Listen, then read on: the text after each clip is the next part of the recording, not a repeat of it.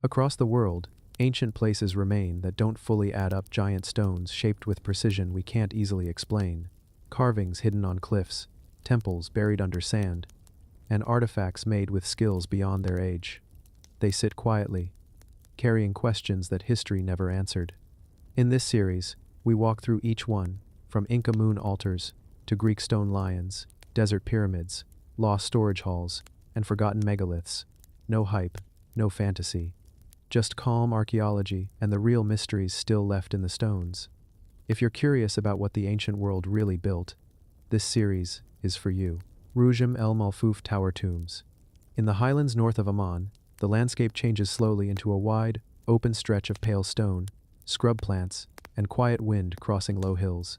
From a distance, everything looks ordinary, just another part of Jordan's high desert, until you begin to notice the circular shapes half settled into the ground. They don't rise high, and they don't call attention to themselves. Yet when you walk closer, you can see that they were built, not by erosion or chance, but by people who shaped and positioned each block intentionally. These structures are known today as the Rujum El Malfouf Towers. They are simple to look at, but the more time you spend near one, the clearer it becomes that their simplicity is the result of old, careful planning. Each tower was built from heavy basalt and limestone slabs taken from the surrounding terrain. Some stones weigh several hundred kilograms, and yet they are placed in a circular plan with surprising accuracy, forming a thick ring of masonry without mortar.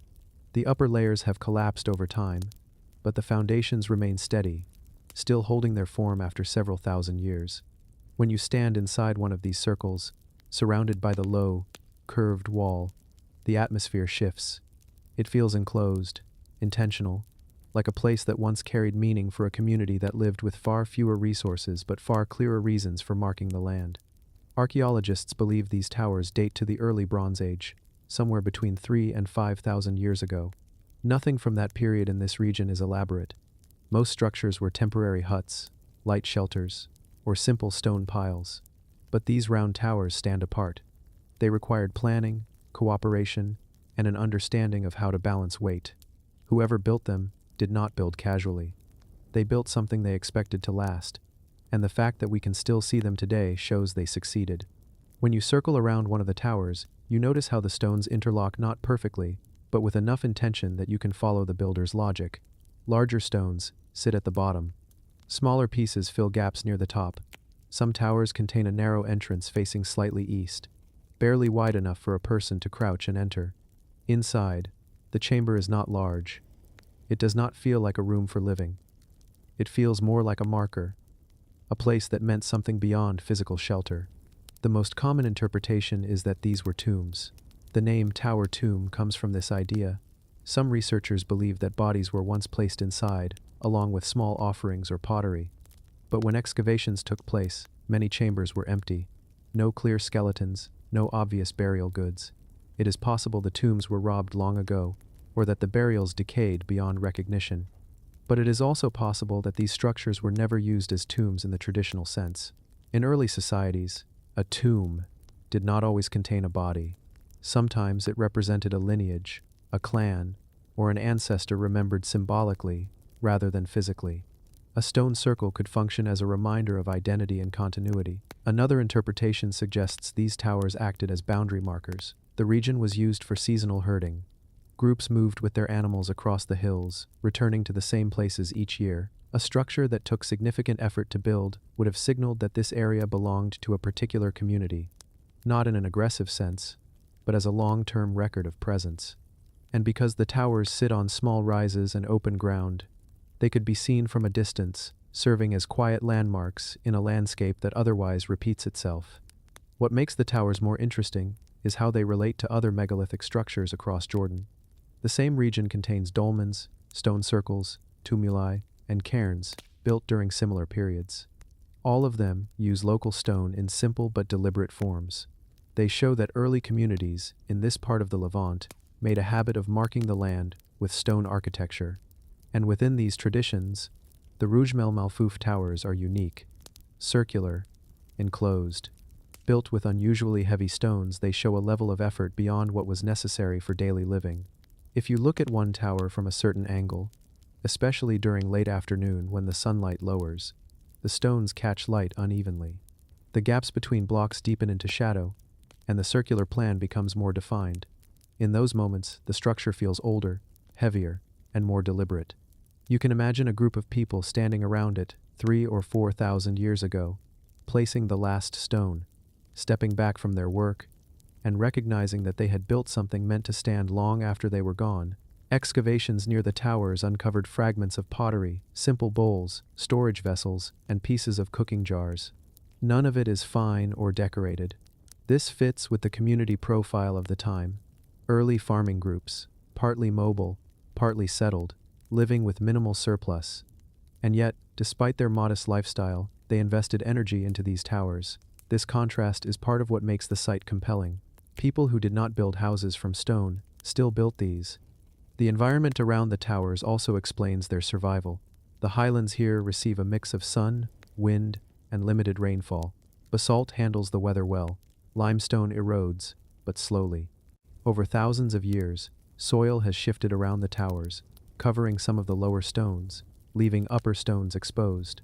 Vegetation grows in the gaps. Even so, the general form remains clear enough for archaeologists to map the original diameter and estimate the original height. When researchers documented the towers, they noticed something consistent. They were never placed randomly. Each tower seems to have been positioned where it would be visible to people moving along the landscape, not necessarily aligned with celestial events, not placed according to strict geometry, but positioned with a quiet awareness of how humans travel and how the land is experienced. You can stand beside one tower and see another on the next rise, and another farther beyond. It is not a perfect line, but a layout that feels like it grew with the movement of people rather than with a single plan. The towers do not feel like monuments to power. They do not feel like elaborate temples. They feel humble, grounded, and meant for those who lived close to the land. This gives them a human quality. They are reminders that ancient architecture did not always aim for grandeur. Sometimes it aimed simply to create a marker, something durable enough to hold meaning in a world that changed season by season. Walking among the towers today, you feel that stillness. The land is quiet. The wind carries dust across the stones. There are no inscriptions, no carvings, no clear explanations. Only the circular walls, the open sky above, and the sense that people once stood here with intentions that were clear to them, but are now partly lost to us. And that is the quiet mystery of Rujem El Malfouf. Not a dramatic mystery, not a sensational one, just a subtle, human puzzle left in the landscape. A set of stone circles that still stand because they were built with care by communities who understood the land, honored their memories, and shaped their presence into something that could last. The giant basalt drum of Beisan, Syria. In the basalt plains of southern Syria, the landscape has a weight to it. The ground is dark, hardened by old lava flows, and the hills rise gently like slow waves frozen in stone.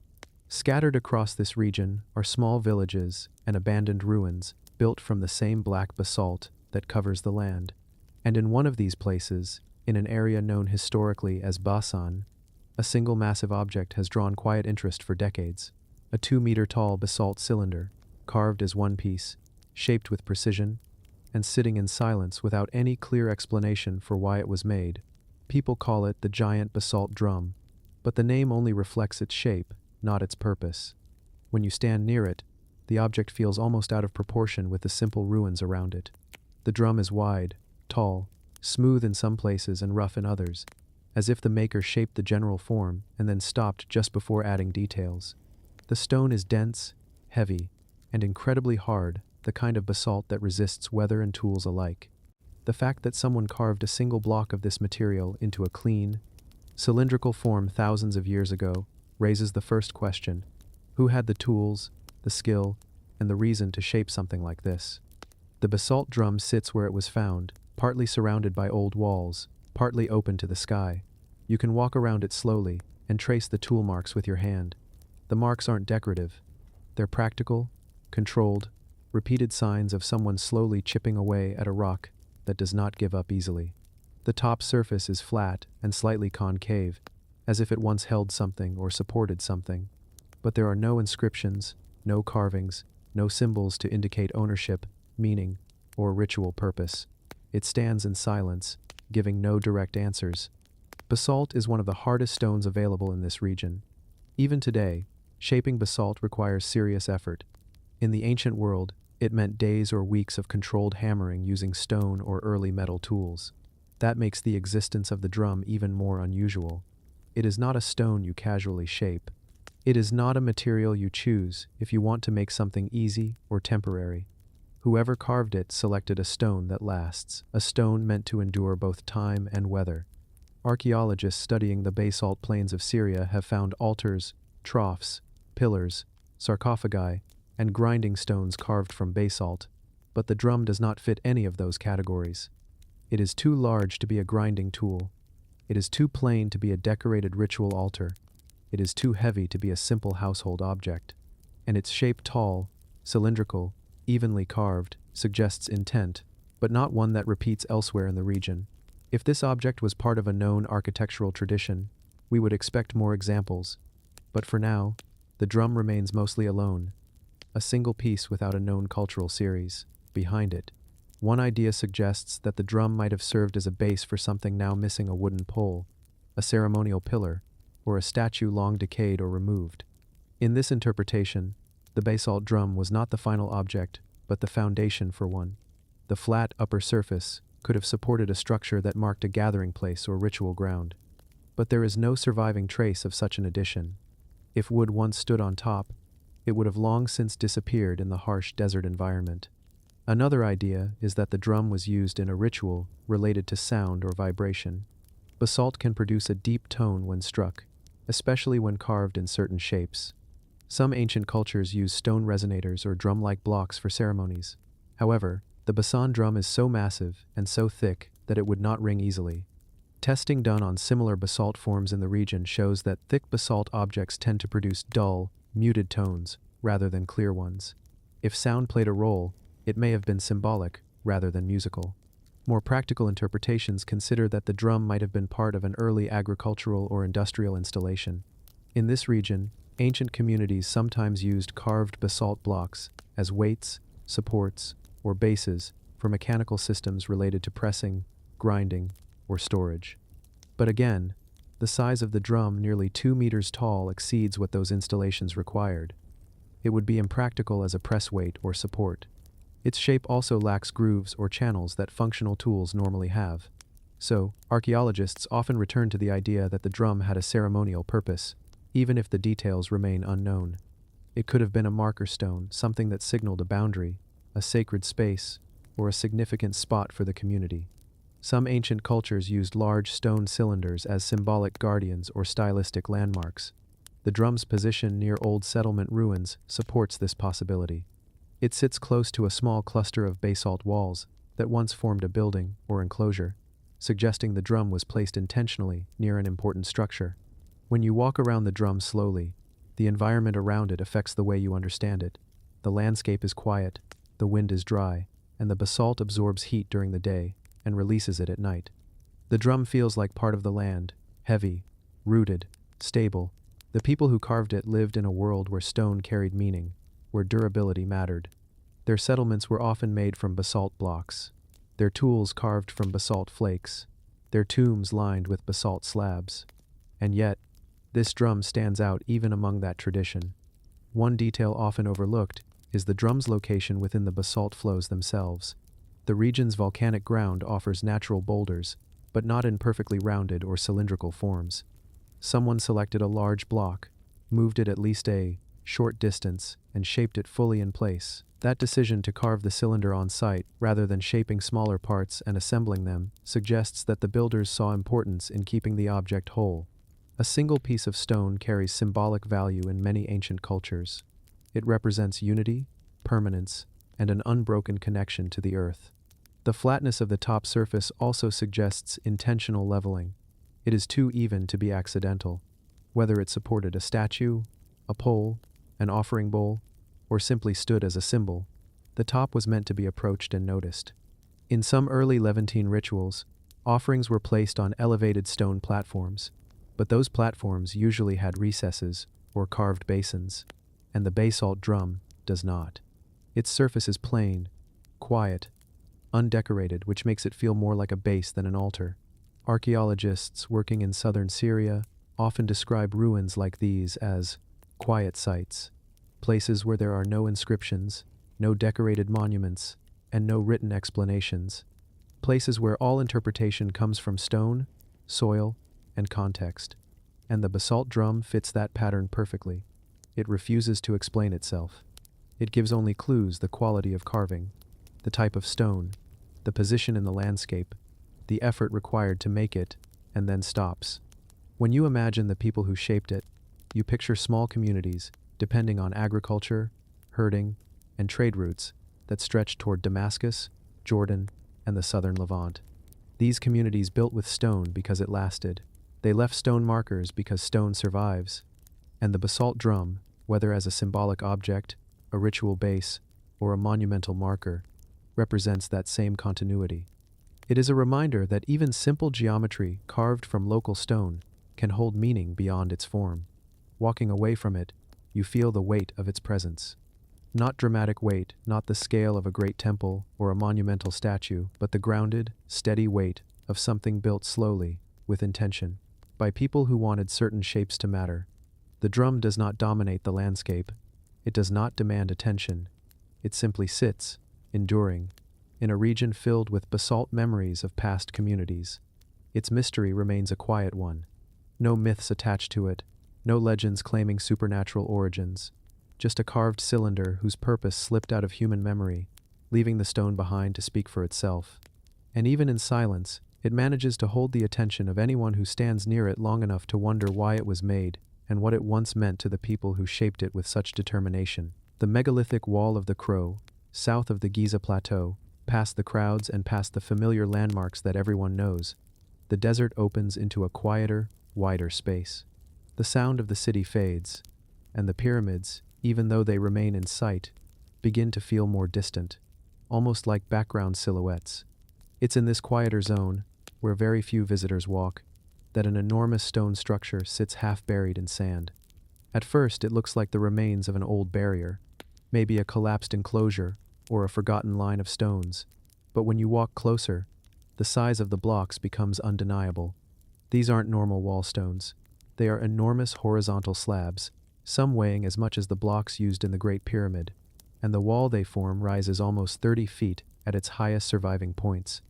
Locals have called it Hayt el Garab, the Wall of the Crow, for generations. The name comes from a dark patch of stone that looked like a crow's wing, but the structure itself is far older than the name. It is one of the largest megalithic walls in the ancient world, yet most people who visit Giza never see it.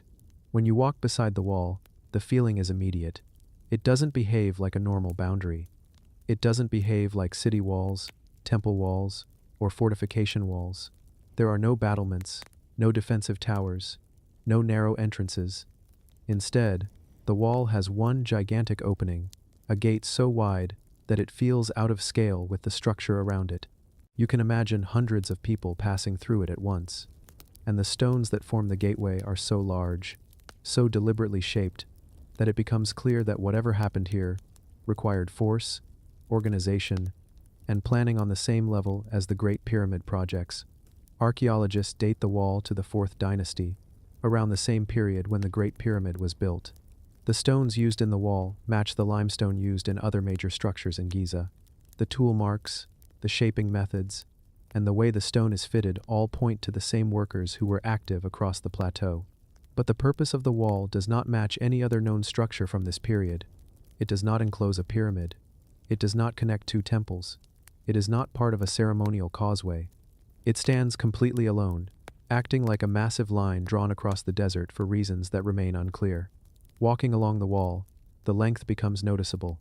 It stretches for hundreds of meters, and though erosion has buried parts of it, the shape remains unmistakable. The lower stones are the largest, forming a heavy base layer that anchors the structure to the ground. Above them, smaller but still massive blocks rise in tiers. The precision of the placement blocks fitted flush against one another shows skilled hands. Even in its weathered condition, the wall has a kind of calm confidence, as if it was built to stay exactly where it is for thousands of years. You can put your hand on the stones and feel the texture left by ancient tools. The surfaces are not perfectly smooth. They show dents, small angled impressions, and subtle curves where workers shaped the stone with pounding stones made of diorite. These marks are similar to those found on other massive constructions at Giza. But the strange thing is that the wall doesn't lead to a royal monument. It doesn't guard a king's tomb. It doesn't celebrate a pharaoh's achievements. There is nothing ceremonial carved into it. No decorative panels, no religious scenes, no inscriptions. It's as if the builders had no need to explain what the wall was for, because the people of their time already understood its function. One theory suggests that the wall separated the workers' city, the huge settlement now known as Hayt el Ghurab, from the sacred spaces on the plateau. The settlement housed thousands of workers, bakers, stonemasons, and support staff who were involved in building the pyramids. The wall stands right on the edge of this ancient neighborhood. If the Egyptians wanted to create a clear separation between the working community and the sacred world of the king's tombs, a barrier like this could have served that purpose. But then the question becomes, why build it on such a colossal scale? You don't need 30-foot-high walls made of multi-ton stones to separate neighborhoods. A simple mud brick wall would have worked. Even a small stone wall would have done the job.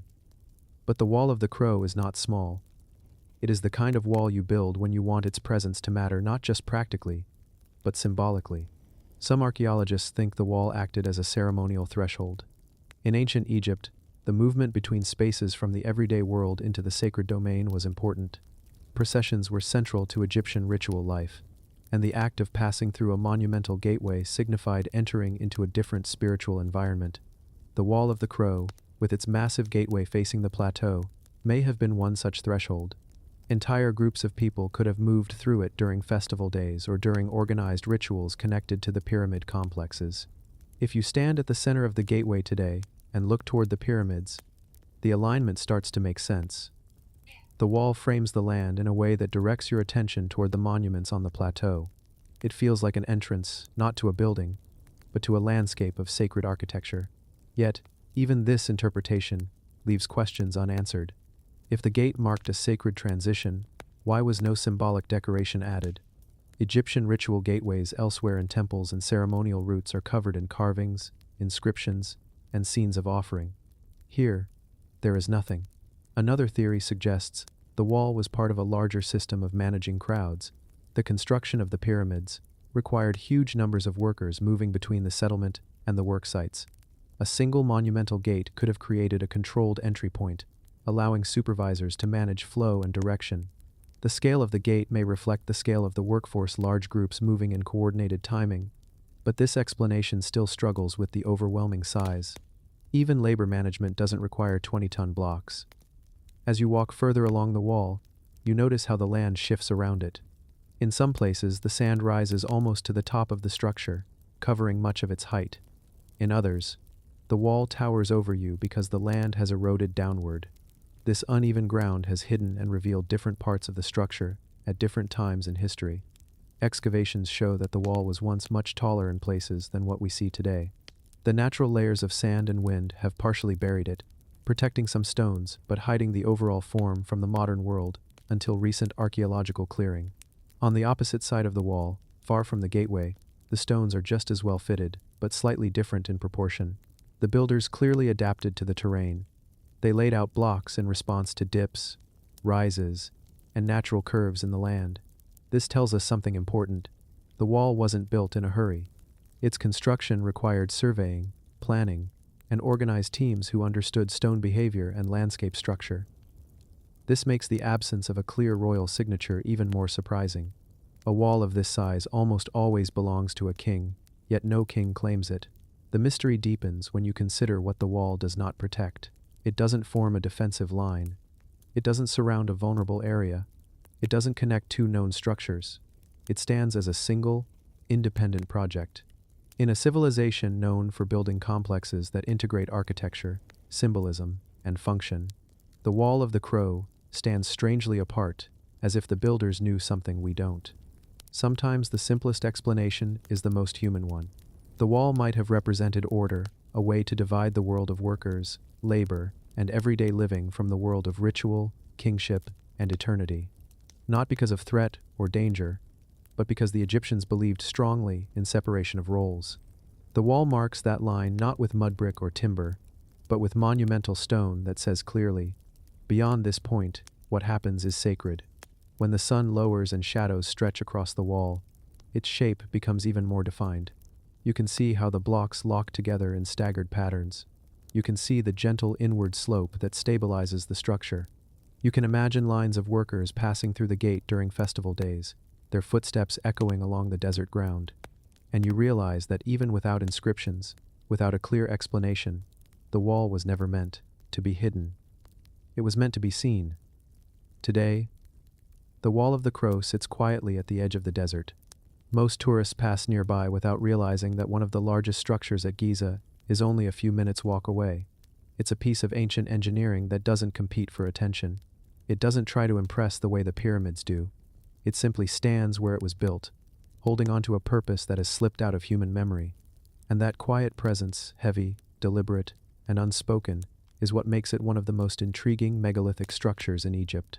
It's a monument not to glory or power, but to a function we still don't fully understand. A line of stone drawn across the desert by a civilization that believed every shape had meaning. And even now, long after the people who built it have disappeared, the Wall of the Crow continues to mark the landscape with a question that remains open. The Girsu sacred enclosure. In the southern plains of Iraq, where the land lies flat and the wind moves slowly across empty fields, there are places that look almost untouched, quiet stretches of earth broken only by low mounds and scattered clay fragments. These mounds do not look like part of a city. They do not look like ruins of monumental architecture. They look like gentle rises in the land, the kind you might overlook unless you already knew what lies beneath. But under these mounds is one of the oldest urban civilizations on Earth. And in 2023, excavators working in the ancient Sumerian city of Girsu uncovered something unexpected: colossal stone foundations. Part of a sacred enclosure far older and far larger than anyone assumed existed here. Girsu was once a powerful center of the Sumerian world, a place where writing, kingship rituals, temple economies, and early law developed. Its texts speak of kings, priests, canals, offerings, and wars. But for most of the modern era, Girsu existed mostly as a name in books. The site itself lay covered in dust, with only fragments visible: broken pottery, pieces of tablets, and the faint outlines of old walls. Excavations in the early 20th century revealed statues and inscriptions, but large areas remained untouched. So when the new archaeological project reopened trenches in 2022 and 2023, the assumptions were modest. The team expected small discoveries, maybe houses, maybe storage rooms, maybe broken artifacts. What they did not expect was stone. Massive stone. Sumerians built almost everything out of mud brick. Stone was rare in southern Iraq, and long-distance transport made it expensive. Finding a large foundation of cut stone blocks in a Sumerian city is like finding steel beams in a Neolithic village. It stands out. It raises questions immediately. And that is exactly what happened at Girsu. The archaeologists uncovered a buried platform made of huge stone blocks, forming a rectangular enclosure. The scale was far beyond domestic architecture. The alignment, the width of the walls, and the depth of the foundation all suggested something monumental, something tied to power and belief. Standing at the edge of the excavation pit, looking down at the exposed stone foundations, you can sense the shift in narrative. Suddenly, Girsu isn't just an early city. It becomes a place where the earliest ideas of sacred architecture were tested at a scale that people did not expect. The foundations are thick, carefully laid, and deliberate. They form a base that once held an enclosing wall or a raised platform.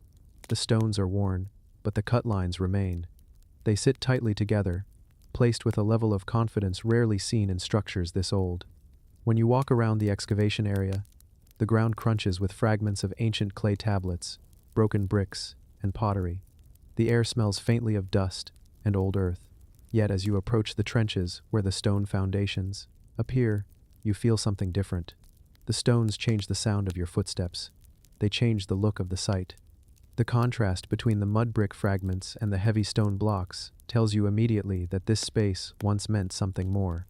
It wasn't a normal building. It wasn't a simple administrative hall. It was a sacred enclosure, a place where the early Sumerians gathered for rituals, governance, offerings, and everything that formed the structure of their society.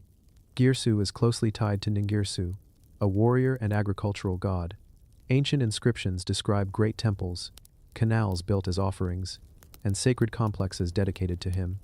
Many archaeologists suspected that the center of this sacred world lay somewhere under the mounds, but without stone, no one expected monumental architecture. The discovery changes that. The enclosure's foundations run along a consistent direction, forming a boundary that once separated an inner sacred world from the wider city. Inside this boundary, priests, governors, and ritual leaders would have managed ceremonies that defined early Sumerian life. The thing about stone is that it lasts.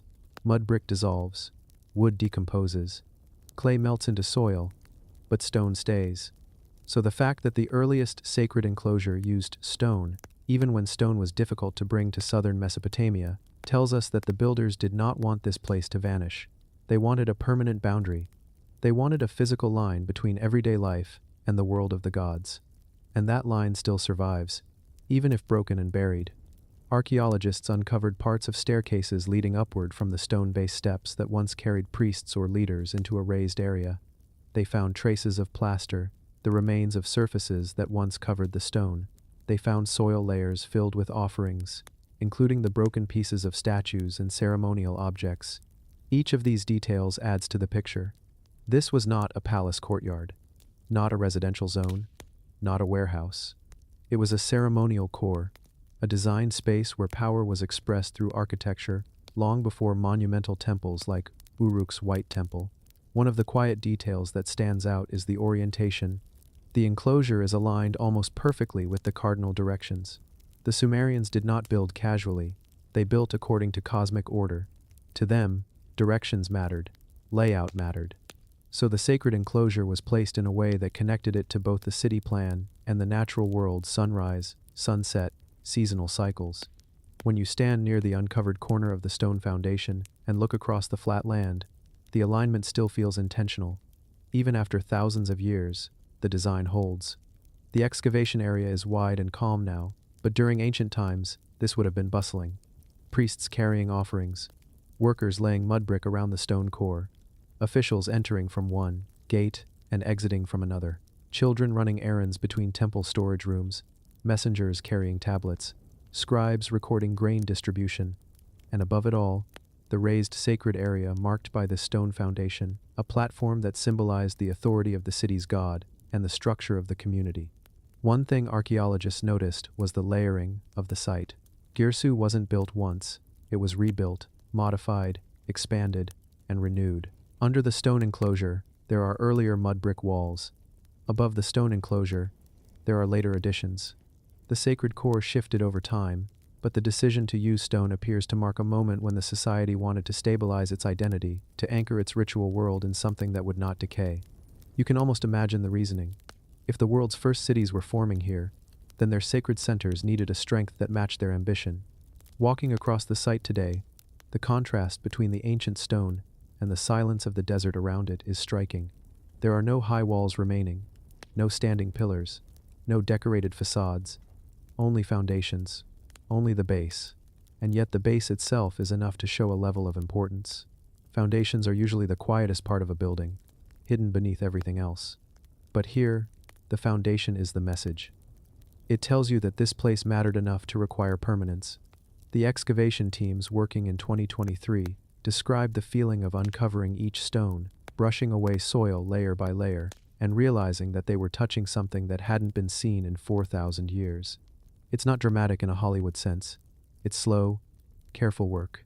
But the moment when the full outline of the enclosure emerged was described as a shift, the realization that Girsu was not only one of the first cities, but also one of the first places where humans experimented with monumental sacred architecture. The site is still being studied. Only parts of the enclosure have been revealed. More areas remain buried. There may be additional walls, platforms, or entrances still hidden under the mounds. Archaeologists are cautious and deliberate, excavating only what they can preserve safely. But what has already emerged is enough to reshape our understanding of early Mesopotamian religion, governance, and urban planning. When you walk away from the trenches and look back, the uncovered stone rectangle looks modest in the vast landscape. But once you know what it represents, The early attempt to build a permanent sacred space, the effort to carve order into the city, the desire to mark a boundary between the earthly and the divine, its simplicity becomes powerful. The stones are plain, uncarved, undecorated, yet they hold a meaning that outlasted the walls built on top of them. The giant ziggurat of Untash-Napirisha, southwestern Iran, has landscapes that feel older than recorded history itself. Wide plains, quiet heat, and low distant hills that fade into a hazy horizon. In the middle of that stillness stands a structure that changes the scale of the landscape the moment you approach it. Even before you understand what it is, even before you learn its purpose or its name, you feel the weight of it.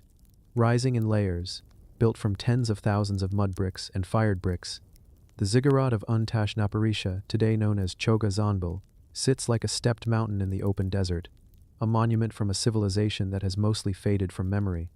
When you walk toward it, the desert feels empty, but the ziggurat does not. It has a presence. Each tier is enormous, the angles sharp, the base so wide that it takes time to walk around it. The Elamite king Untash-Napirisha built this structure nearly 3,300 years ago, not as a casual project, not as a minor temple, but as the centerpiece of a sacred city. And even though the upper levels have eroded away, what remains still dominates the landscape in a way that few ancient structures do. Most Mesopotamian ziggurats in Iraq, in ancient Babylon, in Ur survive as outlines or low platforms. Here, in Iran, the ziggurat stands high enough that you still feel its original intention, to pull the human gaze upward, toward the world of the gods. What makes the structure unusual is not just its height, but its layers. Each step once held its own rooms, stairways, shrines, and ceremonial spaces, and the entire complex was surrounded by a huge sacred enclosure. You can walk across the outer courtyard and see the foundations of temples dedicated to different deities. Some walls still carry bricks, stamped with inscriptions, naming Untash-Napirisha, and when you run your hand across one of the fired bricks, the impression of the ancient cuneiform symbols feels precise, as if the workers pressed them in only months ago. The desert has a way of preserving things that elsewhere would have vanished. As you move slowly along the base of the ziggurat, the sense of scale becomes clearer. The platform extends in every direction, massive and symmetrical. You look up and see the remaining tiers rising above, worn but solid. The outer surface is a mix of weathered mud brick and carefully made fired brick placed at key corners and edges. The Elamites used fired brick not just for strength, but for symbolic function. It marked important boundaries and defined the sacred lines of the architecture. And even now, long after the building's upper layers have collapsed, the difference between the bricks is visible. The fired bricks hold their edges. The mud brick has softened. Together, they show the building's structure like an exposed skeleton. Walking along the base, you can imagine the workers who built this place. Thousands of bricks carried in endless lines, mixed from local, clay, molded, dried, and lifted. The ziggurat was built in stages, each layer completed before the next was added. Untash-Napirisha wasn't building a palace for himself. He was building a sacred city for the gods of his people, especially the god in Shushanak. The king envisioned a large religious center that would draw people from across Elam, a place that wasn't just political or economic, but spiritual in every sense. And so he placed the ziggurat at the heart of it. The deeper you go into the site, the more you realize that this wasn't a single monument, it was an entire ritual landscape. The outer courts, the temples, the administrative buildings, the stored offerings, the water channels, everything was designed to support ceremonies carried out across the year. When you stand in the middle of the courtyard and look upward toward the stepped structure, the design becomes obvious. The space directs your eyes upward. The air feels open. The desert wind moves across the stones and brickwork with a sound that feels almost intentional, like a long exhale. Archaeologists who studied the site were surprised by how well preserved the lower levels are. In some rooms, the original floor still survives. In others, you can see the drainage channels built into the walls, signs of a sophisticated understanding of water management. Even simple things, like the pattern of bricks in the stairways, reflect deliberate choices. Everything is aligned with a confidence that makes it clear the builders were experienced. This wasn't an experiment. It was a mature tradition carried out at a monumental scale. One of the most striking parts of walking around the ziggurat is the silence. There is no city here anymore. No residents. No crowds. No market sounds. The sacred complex once had a perimeter wall more than 4 meters thick. Inside that wall, priests and attendants carried out rituals that shaped the religious identity of the kingdom. Today the ground is quiet. The only sounds you hear are the wind and your footsteps on the compacted earth. Yet the silence doesn't make the site feel empty. It makes it feel focused. You begin to understand why ancient kings built ziggurats. They weren't just buildings. They were mountains of intention, ways for humans to create a physical expression of the connection between earth and sky. When you stand at the base and look up, your eyes follow the tiers automatically. The design does the work for you. The structure lifts your perspective. Moving slowly around the structure, you see small details. Faint traces of plaster on the walls, broken fragments of glazed bricks, carved door sockets where wooden posts once stood. Each detail adds to the sense that this was not a single-purpose building. It was a world with rituals, with festivals, with movement, with structure. Archaeologists found the remains of offerings, broken vessels, sacrificial materials, and traces of burned incense. These things don't survive easily in open air, but in certain corners of the site, they were preserved beneath layers of collapsed mud brick. There is a point where you walk along the eastern side, and the light hits the bricks at an angle that reveals the texture of time, thousands of small cracks, chips, and marks where the wind carried sand against the structure year after year. Even worn, the wall still conveys strength. The ziggurat wasn't meant to be delicate. It was meant to be steady, to hold its form through the weight of centuries. What remains especially interesting is how different this ziggurat is from the ones in Mesopotamia. Those were built mostly in Iraq, and their remains rarely reach above a single platform today. But this Elamite ziggurat still rises multiple stories in height. This is partly because of the construction method, but also because it was abandoned early. When the Assyrians later attacked Elam, they damaged the site, but they did not completely dismantle it. Many Mesopotamian ziggurats were rebuilt repeatedly, and over time their layers collapsed inward. Here, the structure held, and the desert preserved enough of it for us to see. As you continue walking, the site begins to feel more like a city, and less like a single monument. The foundations of priestly courts, long narrow rooms, storage spaces, and small shrines appear in the ground plan. You realize that the ziggurat was not the whole story. It was the heart, but everything around it fed into its purpose. The king did not want a single temple, he wanted a complex. A sacred center that would stand apart from the city of Susa and become its own focus of worship. Some scholars believe Untashnaparisha planned a pilgrimage city, a place where people would travel not for commerce but for ritual. The large outer walls, the water systems, and the multiple shrines support this idea. The ziggurat, then, was not simply a monument to a god, it was the physical anchor for a religious identity. Even though the uppermost levels have fallen, the concept behind the structure is still visible in the foundations. Standing near the surviving tiers, you can imagine the original height. The ziggurat once had 5 levels. The lowest survives. The second remains partly intact. The third is mostly gone. The fourth and fifth have collapsed into the base. But if you picture the complete form rising high above the plain, it becomes clear how it would have dominated the horizon. It would have been visible from many kilometers away, a man-made mountain that told travelers where the sacred city stood long before they reached it. By the time you finish circling the structure, the desert has a different feeling.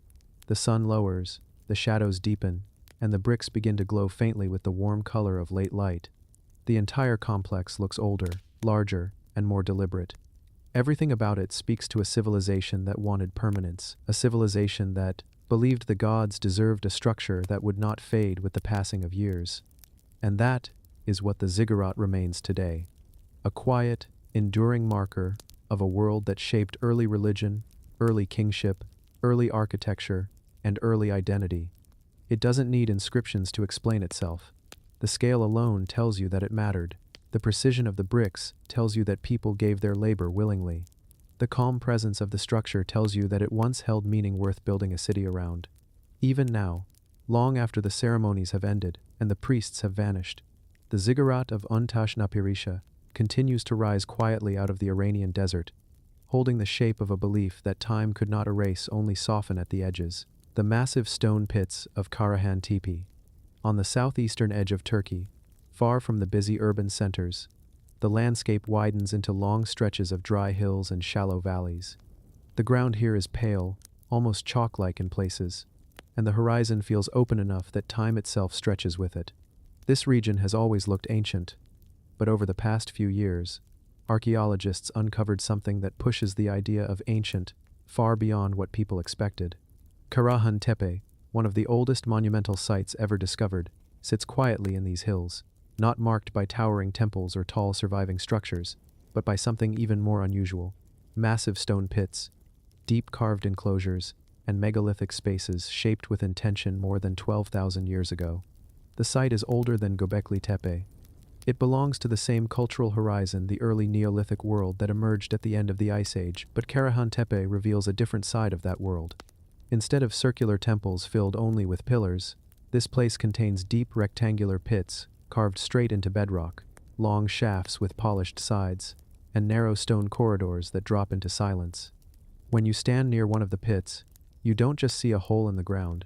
You see the outline of a deliberate space, a place shaped for reasons that nobody today fully understands, built by a community that carried out tasks far beyond what we normally imagine, for people living in a world of stone tools and early settlements. As you walk slowly along the ridge, the pits begin to appear, one by one. Some are shallow, some are immense. All of them have walls carved with persistence. The sides are too straight and too smooth to be natural. The stones inside the pits are not broken rubble. They are shaped blocks and pillars, some standing upright in their original place. The wind moves through these open cavities with a quiet, echoing sound, and each pit feels like it once held activity that mattered deeply to the people who built it. Karahan Tepe's layout is confusing at first. The enclosures aren't arranged in a neat grid. The pits appear at different depths. Some open into hall-like spaces. Others narrow into tight stone corridors that force the body into uncomfortable positions. It's not architecture meant for casual movement. It's architecture that makes you slow down, adjust, and pay attention. You can almost feel the intention behind it, that these spaces were meant to shape human experience, not just contain it. The most striking enclosure contains more than 200 carved pillars and stone projections, some still standing, others fallen. They emerge from the ground like ribs of a buried structure. These pillars are not the large T-shaped monoliths of Göbekli Tepe, but thinner, narrower forms carved from the bedrock. Each one feels like part of a repeated ritual act, a rhythm created through carving. One pillar after another. The repetition creates a sense of presence even now, long after the purpose of the enclosure has faded. The largest stone pit at the site is deep enough that, when you stand at its edge, the bottom feels far away. The walls are smooth and vertical. The precision is surprising for a site this old. There are places where the stone is polished, where long tool marks run in straight lines. There are corners so sharply cut that you can place your hand along the edge and feel the intentional angles. This isn't erosion, this is design. The pit's depth creates a kind of quiet. Sounds fade quickly. Your presence feels small. The upper world seems distant. When you imagine ancient people standing down there at a time before pottery, before metal, before writing, the scale becomes hard to reconcile with the assumptions modern archaeology often makes about primitive societies. Karahan Tepe forces you to adjust those assumptions. It shows that early people carved architecture that demanded coordinated labor, long hours, shared skills, and a shared purpose strong enough to justify this level of effort. As you move across the site, you find another large feature, a long corridor carved directly into the bedrock, narrow enough that only one person could walk it at a time. The walls are smooth. The floor slopes slightly. The space pulls the body forward whether you want it to or not. At the end of this corridor sits a circular room with carefully shaped benches carved along the perimeter. The benches aren't comfortable. They're too flat, too firm, too austere. It feels like a place made not for rest but for gathering, perhaps ritual, perhaps storytelling, perhaps something we no longer have the vocabulary to describe. You can picture early communities moving through these spaces slowly, carrying torches, standing in the circular rooms, looking across the pits towards stone pillars rising from the bedrock. These weren't random structures. They were part of a ritual landscape that stretched across southeastern Turkey, a network of megalithic sites referred to today as Taş Tepeler, the Stone Hills. Karahan Tepe is one of the largest among them. When archaeologists uncovered a pit filled with human-made channels cut along the walls, speculation grew. Water does not naturally flow through the site, and the channels weren't practical drainage. They were symbolic or ritualistic. Some researchers suggested they may have been used in ceremonies involving liquids, water, animal fats, or pigments. Others propose they may have held wooden beams or supported coverings.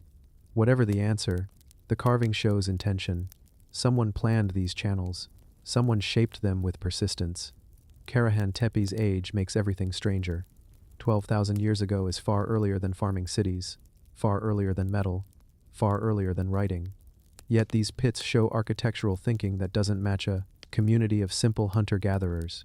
It suggests organization, not random collaboration, but structured, repeated labor over long periods. People living in small groups usually build small things. Here they built enormous things that seem larger than their day-to-day needs. When you walk further into the site, another pit appears deeper, older, and more complex. This one contains a tall central pillar rising from the floor of the pit like a spine. The pillar is not decorated, but its presence feels central. Around it are smaller carved forms, arranged in what appears to be deliberate order. The arrangement feels like a focal point, not a building, not a shelter, but a place of gathering for reasons that predate written religion. Archaeologists found carved heads and sculpted faces in certain areas, some humanoid, some animalistic. They found stone benches and geometric carvings. But the carvings are more abstract here than at Göbekli Tepe. They feel internal, inward-facing, like something meant for ceremony rather than public symbolism. Even fragmented, they carry a sense of attention, the kind that comes only when the builders believed the space mattered deeply. The site is filled with silence today, broken only by the wind and the sound of shoes on stone. You can stand at the edge of one of the pits for several minutes without hearing anything. That silence amplifies the architecture. The stone absorbs sound. The deep pits echo slightly. The whole place feels like it was designed for a kind of inwardness, a way to create separation from the outside world. As you move through the excavated areas, the effort behind the architecture becomes obvious. Removing rock is harder than stacking stones. Carving downward into bedrock takes time, patience, and physical strength. Yet the builders kept going, carving structures that seem larger than any obvious need. Their choices weren't practical, they were symbolic. They carved enclosures that reshaped the natural landscape. They carved pits that feel like portals, not metaphorically, but physically, as you descend into spaces with their own acoustics, their own atmosphere. Karahan Tepe also sits along a ridge with views that stretch for kilometers. The site may have been chosen not just for geology, but for its relationship to the surrounding hills. The builders wanted visibility. They wanted presence. Whoever stood at the highest parts of the site would have seen the surrounding world laid out before them. Valleys, ridges, migration paths, seasonal changes, everything. Yet inside the pits, the view disappears. The builders created a contrast: open horizon above, enclosed world below. This duality appears in many ritual landscapes, but here it is older than any known example. You can imagine early people descending into these spaces for specific moments, rituals, songs, rites of passage, and then climbing out again into daylight. The architecture forces that in day transition physically. You don't just enter the space, you move downward into it. As the sun lowers, the stone pits become shadows. The light falls differently, revealing subtle tool marks and carving lines. The pillars cast long, thin shadows across the ground. The entire site changes character. It becomes older, deeper, more deliberate. You feel the weight of 12,000 years in the air, not because of age alone, but because the site still holds the imprint of intention. Karahan Tepe is not a city. It's not a fortress. It's not a settlement. It is a carved landscape, a place shaped for meaning, not for shelter. Whatever happened here mattered enough for early people to carve the earth itself, to create deep stone enclosures that outlast everything else from their world. The great temple of Musasir. High in the rugged mountains between modern Iraq and Iran, the land rises sharply into steep slopes, narrow passes, and isolated valleys that feel disconnected from the world below. Today these mountains are quiet, but nearly 2,700 years ago, one of the most important sacred structures of the ancient Near East stood hidden among them, the great temple of Musasir, a mountain sanctuary of the kingdom of Urartu. For centuries, the temple existed only in carved reliefs and broken tablets. Its exact location, its architecture, and even its fate were debated until archaeological work began revealing pieces of it again. And the story that emerges from those mountains is one of power, fear, devotion, and a sacred place that almost vanished from history. When you imagine ancient Middle Eastern temples, the mind jumps to ziggurats of Mesopotamia or the vast palaces of Assyria. But Musasir was different. It was not built on a plain surrounded by a city. It stood among mountains, a temple lifted onto natural stone, entered through steep approaches, with its roofline rising above the valley floor like a fortress.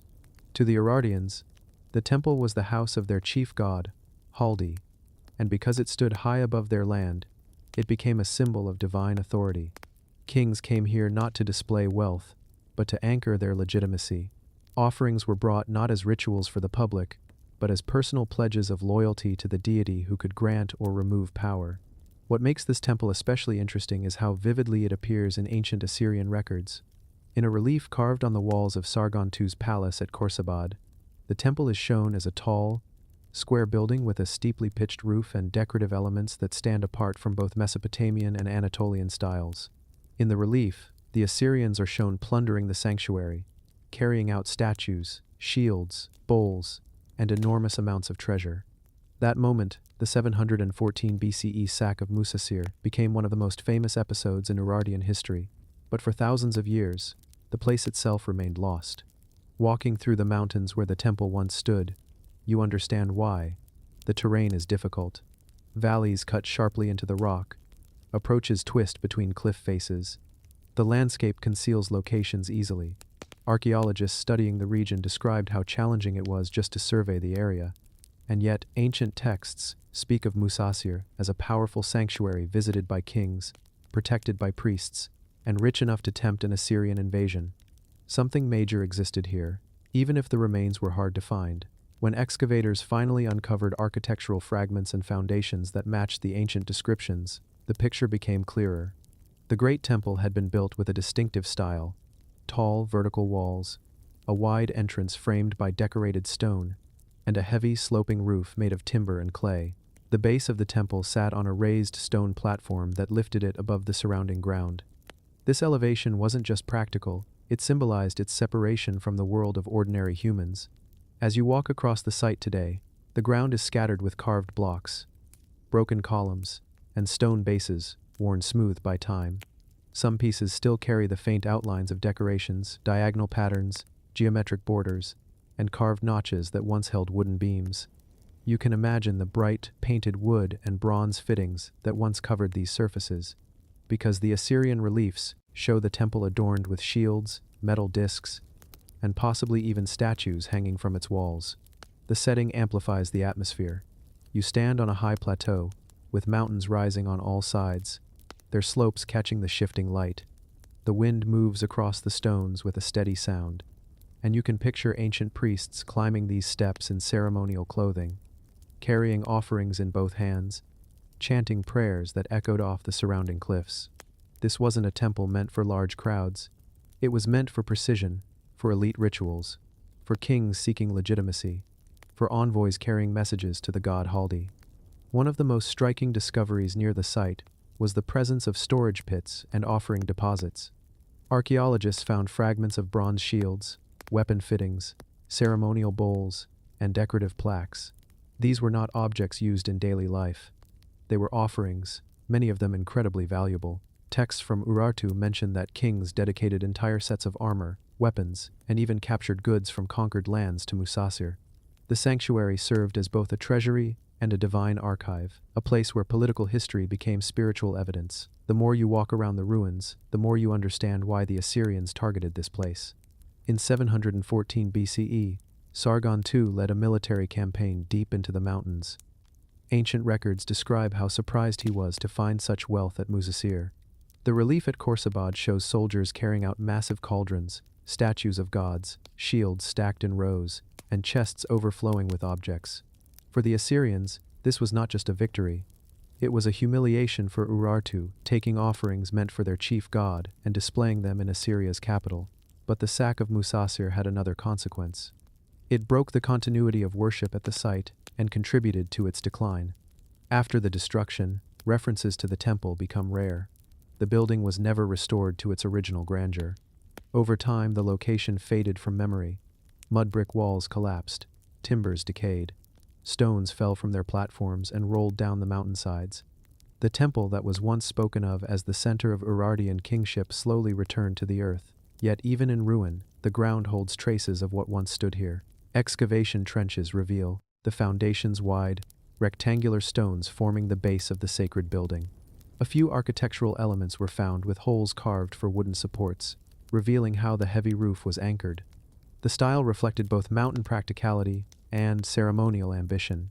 The Urartians built with stone where they needed stability, with timber where they needed height, and with bronze where they needed symbolism. When you stand on the surviving platform, the view becomes part of the narrative. From this height, you can see the valleys stretching out below. You can imagine travelers approaching from distant lands, seeing the temple rise above the ridgeline long before they reached it. To ancient eyes, the building must have looked like a mountain shrine placed deliberately where earth meets sky. One of the quiet details that archaeologists noticed is the alignment of the temple. It faces toward the natural opening between nearby mountains, a kind of symbolic gateway. Whether this was intentional or practical, it gives the structure a sense of orientation, as if it was meant to receive something from beyond, light or wind or presence. Even in fragments, the orientation still feels deliberate. As you continue walking, broken fragments of inscriptions appear, some with Urartian cuneiform. These texts often include the name of the god Haldi, the name of the king, and references to offerings or building activities. The pieces are small and incomplete, but they confirm that the temple stood here and that it played a major role in the religious life of the kingdom. The site today is quiet. There are no standing walls tall enough to show the original height. No beams remain, no roof. But the platform, the stone heart of the temple, still carries the weight of its history. You can feel it when you place your hand on the cool limestone. You can feel the echo of a place that once defined the political and spiritual identity of an entire kingdom. The mountains amplify that feeling. They make the site feel contained, protected, and slightly hidden. Even though archaeologists rediscovered it after 2,700 years, the temple still sits in a position where it can vanish easily into the folds of the landscape. That's partly why it remained lost for so long. The land hides its history well, and that is the quiet power of the great temple of Musasir. Not its size, though it was large, not its wealth, though it held extraordinary treasure, but its placement, its purpose, its ability to define authority in one of the earliest highland kingdoms of the ancient Near East, the giant stone elephant of Nongane. In the northern plains of China, far from the regions most people associate with early dynasties and classical monuments, there is a stretch of countryside where the land rolls gently and villages sit quietly among fields. The wind moves slowly across open ground, and the seasons here can be harsh, heavy winters, dry springs, and long, calm summers. It is in this quiet rural landscape that one of the most unusual ancient carvings in East Asia stands. A giant stone elephant, carved from a single massive block, resting in the open as if it has been waiting for someone to notice it again. Locals call it simply the stone elephant, but the object itself is larger, older, and more mysterious than the name suggests. Many believe its origins reach back nearly 3,000 years, long before written records in this region clearly describe who lived here and what they carved. When you walk toward it, the elephant doesn't look like a statue placed on a pedestal. It looks like it has always been part of the land. Its size is the first thing that pulls your attention. The body is massive, heavier than any ordinary sculpture, carved in a way that shows both skill and patience. The stone is weathered, its surface softened by centuries of wind and rain, but the shape remains clear. The broad head, the long trunk curving downward, the thick legs, the rounded back. It is not polished. It is not decorated with patterns. It is not placed inside a temple or courtyard. It stands out in the open, exposed to time. The material is a single block of stone, and the weight of it is difficult to imagine without standing beside it. Whoever carved this elephant needed manpower, tools, and a purpose strong enough to justify the effort. Yet the area around Nong'an is not known for massive stone sculpture traditions the way other parts of China are. There are no nearby temples from early dynasties showing similar work. There are no stone quarries with a known carving industry. The elephant appears like an isolated monument, a single surviving piece of a cultural expression that may have vanished long ago. As you circle the carving, the proportions become clear. The legs are thick and heavy, not deeply undercut, suggesting the sculptors shaped the elephant first for stability. The trunk curves in a gentle shape carved with broad strokes, not fine detailing. The face is simple but intentional, with enough suggestion of the features that even in weathering, the expression survives. This is not an abstract figure. It is not symbolic in the way some early animal carvings are. It is a direct portrayal of an elephant, an animal that does not live naturally in northern China today, and did not roam freely in this region even in antiquity. That detail alone creates a quiet mystery. Why carve an elephant so far from regions where elephants lived? Theories suggest it may have been a symbolic guardian, or a sacred animal carved by a culture that traded with southern groups where elephants existed. Or the sculptors may have learned about elephants through stories, travelers, or early trade routes. Whatever the explanation, the choice of subject wasn't practical, it was cultural, tied to meaning that we can no longer fully decode. The carving sits on gently rising ground, not on a monumental base. There are no inscriptions nearby, no dedicatory stones, no plaques from the past. The absence of written explanation forces interpretation to rely on the shape itself, the landscape, and the archaeological patterns of the region. Some researchers note that stone animals were often placed as guardians for tomb complexes, boundary markers, or sacred sites, but in this case, there is no confirmed tomb beneath it, no large burial mound, no temple remains. If this elephant once guarded something, whatever it was, has not survived. Standing next to it, you notice the way the sunlight touches the stone. Because the carving is rounded and heavy, the light shifts slowly across its surface throughout the day. Morning light reveals faint tool marks along the trunk. Afternoon light strengthens the contours along the back. Evening light softens everything, turning the elephant almost into a silhouette against the fading sky. These daily changes highlight how the sculpture was meant to be seen in natural surroundings, not inside a structure. One quiet detail, often overlooked, is the position of the elephant's head. It tilts slightly to one side, not straight forward. This gives the carving a sense of life, not dynamic movement, but a gentle presence. Whether intentional or a result of the block's original shape, the tilt makes the sculpture feel more natural, less rigid, more grounded in an emotional way. You don't stand in front of it the way you would in a museum. You stand beside it, the way you would beside a calm animal. The carving's simplicity is deceptive. The sculptors did not include elaborate textures or fine lines. They focused on form, mass, and proportion. That minimalism suggests either an early date when carving traditions were still developing or a cultural style that favored symbolic mass over detail. Because the elephant is believed to date back nearly 3 millennia, its simplicity may reflect an early phase of northern Chinese stone art. In that sense, the sculpture becomes not just an animal carving, but one of the earliest examples of monumental representation in the region. Archaeologists who visited the site observed that the ground around the elephant has been disturbed over centuries, but no large structures have been found. Some shallow depressions hint at past activity. A few scattered stones nearby could be remnants of an enclosure or a small shrine, but nothing conclusive survives. That absence contributes to the mystery. If the elephant belonged to a larger complex, the rest of it has vanished or remains buried under farmland. When you stand at the rear of the sculpture and look toward its head, the silhouette becomes more impressive. The elephant's back rises smoothly, almost like a small hill. The shape seems designed to be recognized from a distance. Travelers walking across the plains centuries ago would have seen it from far away. A familiar, deliberate shape in an otherwise open landscape. Perhaps that visibility was intentional.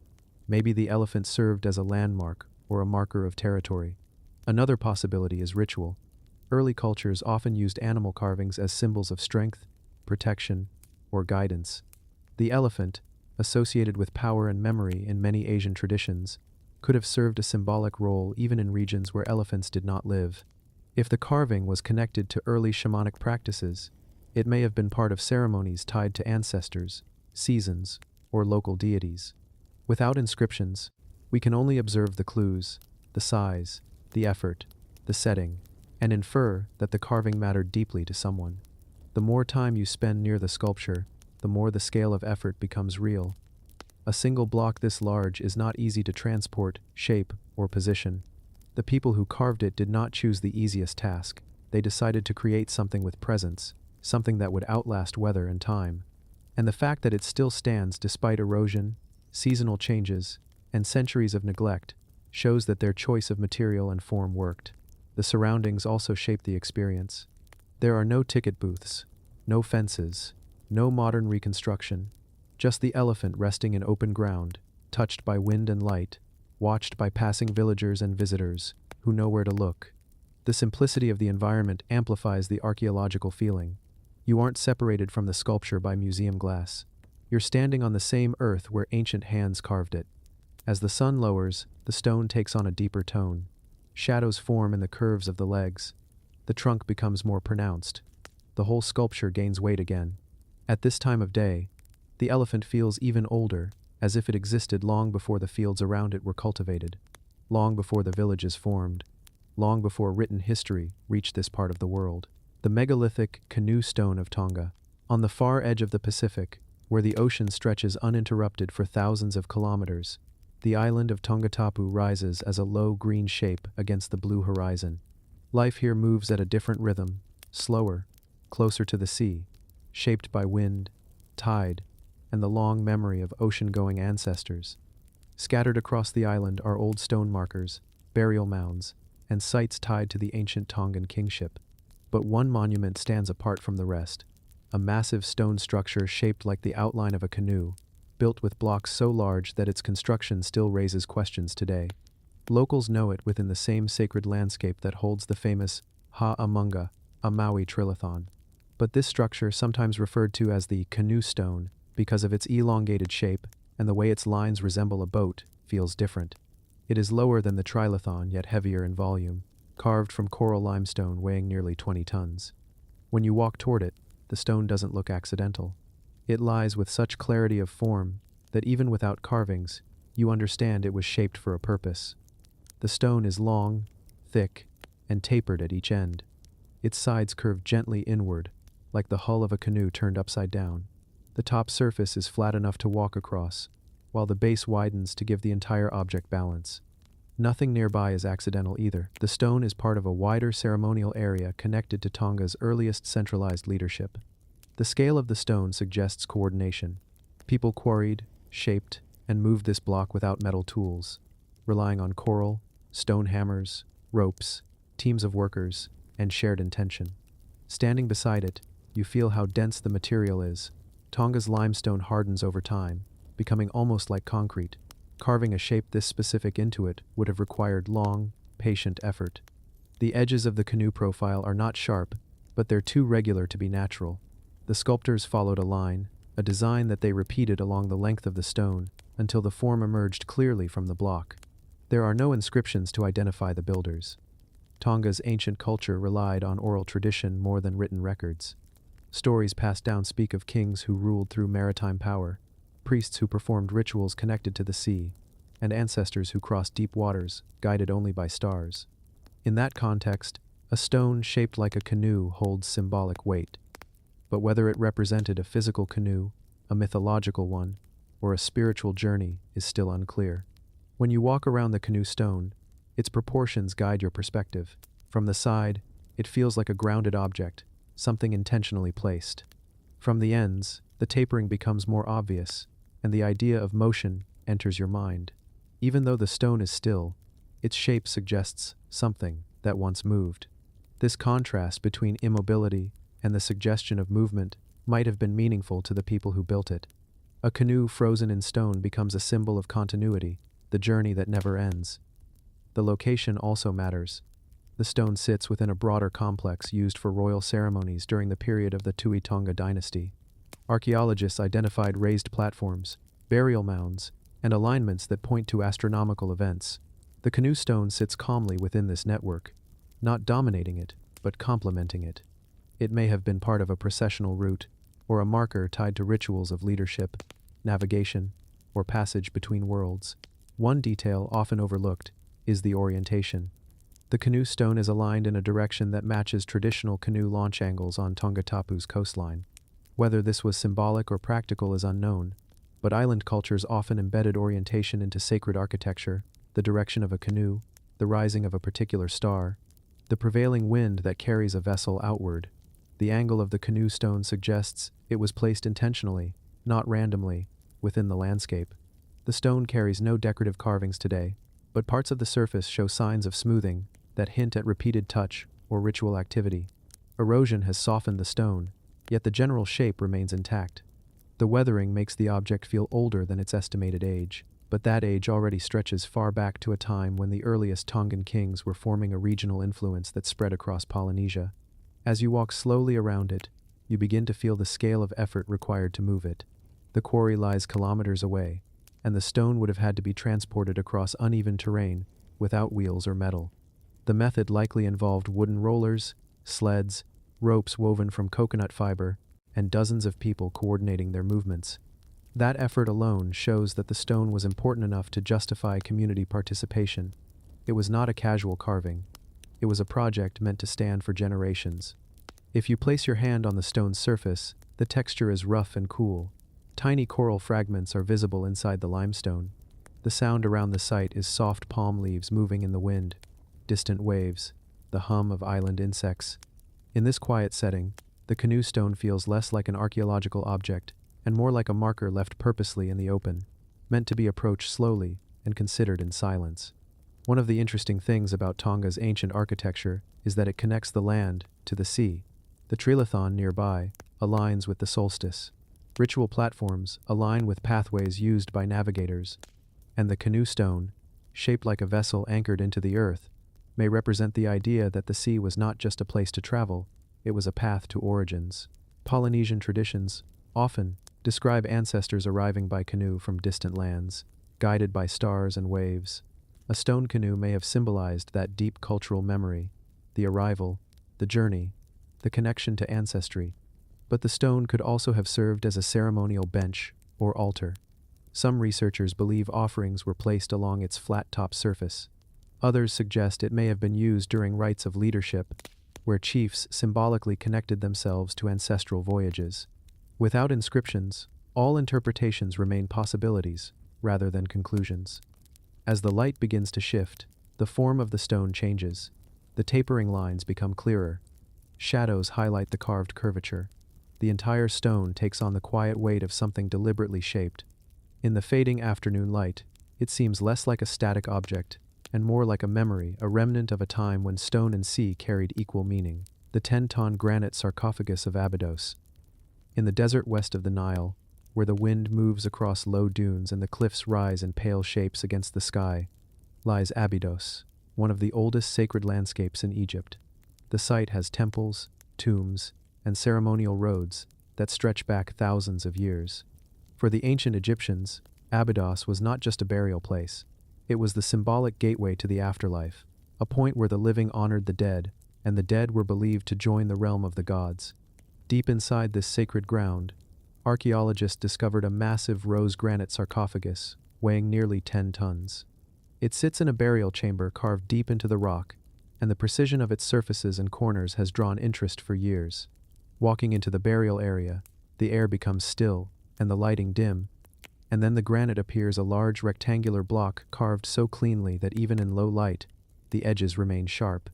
The lid, when present, fits so closely along its perimeter that you can't slide a sheet of paper between the joints. And the interior, hollowed from a single block of granite, feels impossibly smooth for a structure carved more than 3,000 years ago. Granite is one of the hardest stones used in Egyptian architecture.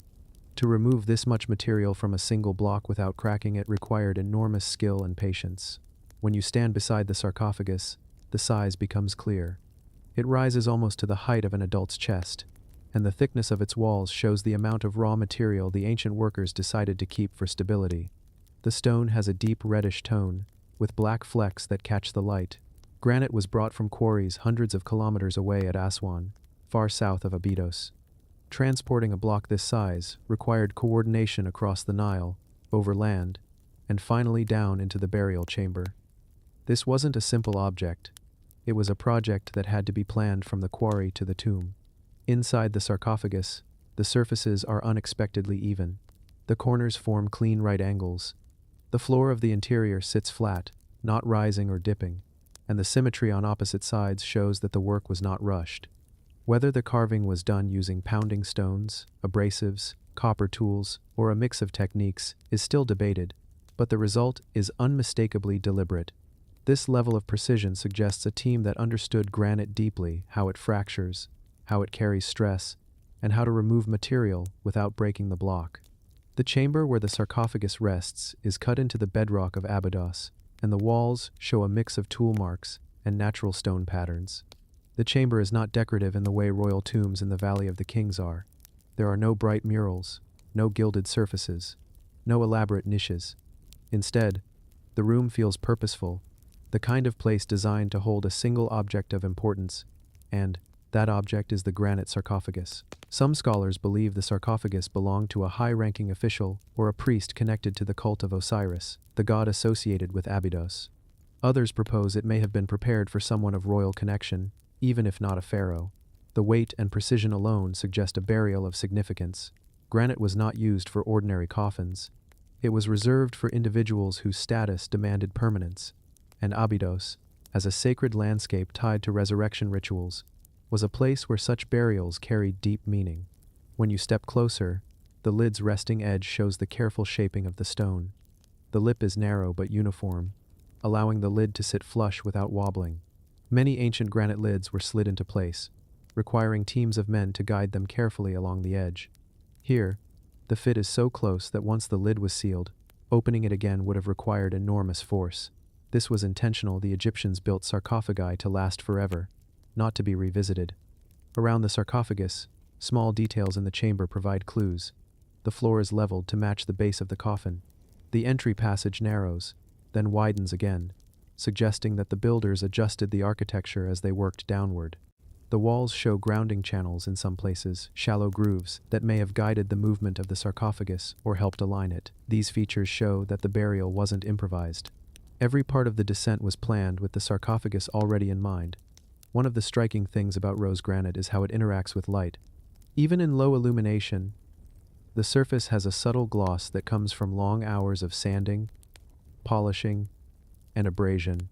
Ancient workers used quartz sand as a cutting and smoothing material, rubbing it with water to wear down the stone. The interior looks as if it underwent hours of this process, the kind of work that could only be done with patience and coordination. Sitting inside the chamber, the sarcophagus feels almost too refined for the rough stone around it. Abydos is filled with layers of construction dating from early dynasties to the New Kingdom. Temples dedicated to Seti I and Ramses II stand nearby. Subterranean passages extend under the desert. Ancient processional ways once carried pilgrims from the Nile to the temples of Osiris. This granite sarcophagus sits within that larger context, part of a burial tradition where stone was more than material. It was a safeguard, a way to keep a body intact so the spirit had a stable place to return. When you place your hand on the sarcophagus, the stone feels cool and solid. You can sense the density of it, the weight of millennia preserved in its structure. The smoothness along the top edge and interior walls shows where tools worked longest. The exterior surfaces show faint parallel marks, where coarse abrasives shaped the plane before the finer, smoothing began. These tiny signs are all that remain of the countless hours of labor that went into the coffin. Walking around it slowly, you begin to understand the engineering challenge. Granite does not forgive mistakes. A crack would ruin the entire block. A misplaced strike could split the stone. Yet the sarcophagus shows no major fractures. It is one coherent shape, made from a block that survived the entire process from quarrying to transport to installation. That success speaks to the skill of the ancient workers, not only their physical effort but their deep familiarity with stone. Because the chamber is quiet, the presence of the sarcophagus becomes stronger. There are no bright colors or gold surfaces to distract your attention. There is just stone, dense, precise, unyielding. It shifts your perception of ancient Egyptian craftsmanship. While many people focus on the pyramids or the decorated tombs, objects like this show the foundational skill that made the rest possible. The Egyptians were not just artists, they were engineers. They understood form, weight, geometry, and material behavior. As the light changes in the chamber, whether from a flashlight beam or sunlight filtering in from the entrance, the granite's tone changes from deep red to almost black. The speckled crystals inside the stone catch the reflections, hinting at the millions of years of geological history within the material itself. The ancient Egyptians believed in permanence, and they chose materials that embodied that belief. There is a grounded realism in the way this sarcophagus sits in the room. It doesn't try to impress through decoration. It communicates through precision, through weight. through the quiet understanding that someone important was meant to rest here in complete security. And that is the power of the 10-ton granite sarcophagus of Abydos. Not its size alone, though it is enormous. Not its material alone, though granite is unforgiving. But its intention, the decision to carve something this exact, this durable, this deliberate, for someone whose memory has been mostly lost, yet whose coffin still stands as a testament to the ancient craft. The sarcophagus is a reminder that even in a place filled with temples and monuments, sometimes the most meaningful pieces are the ones built simply to protect a single life, carved carefully, placed precisely, and left to endure in silence.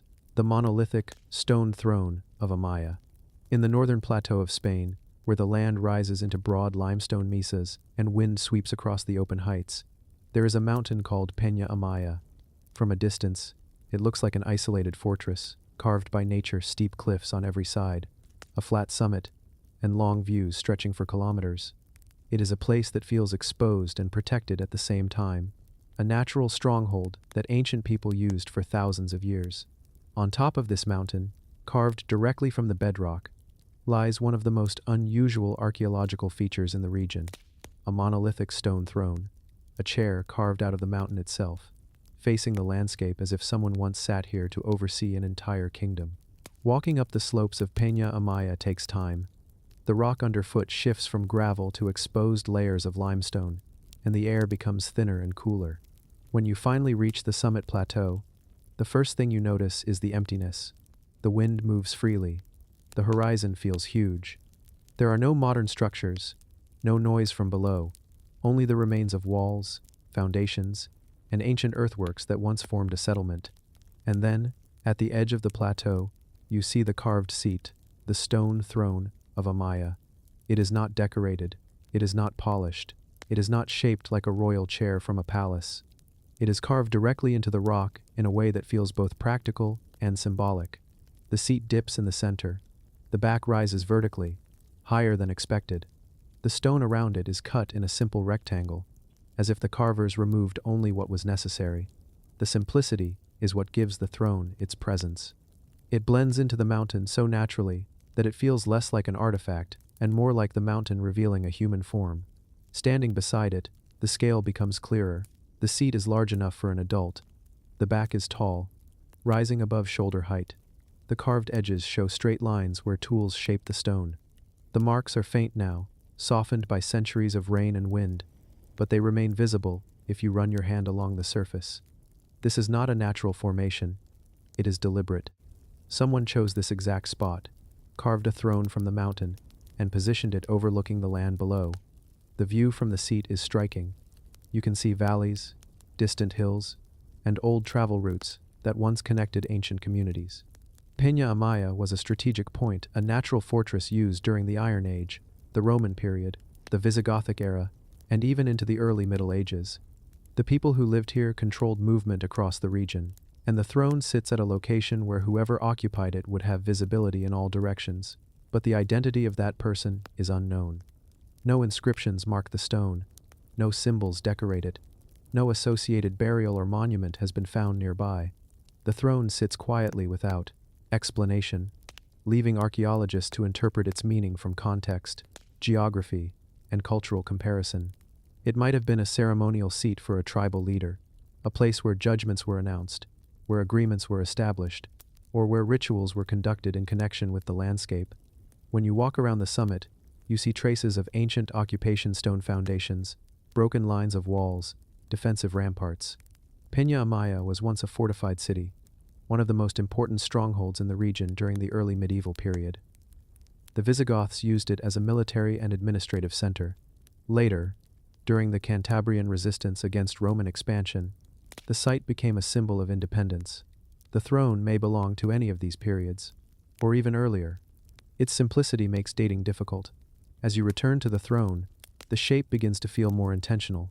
The backrest faces inward toward the plateau, not outward toward the cliff.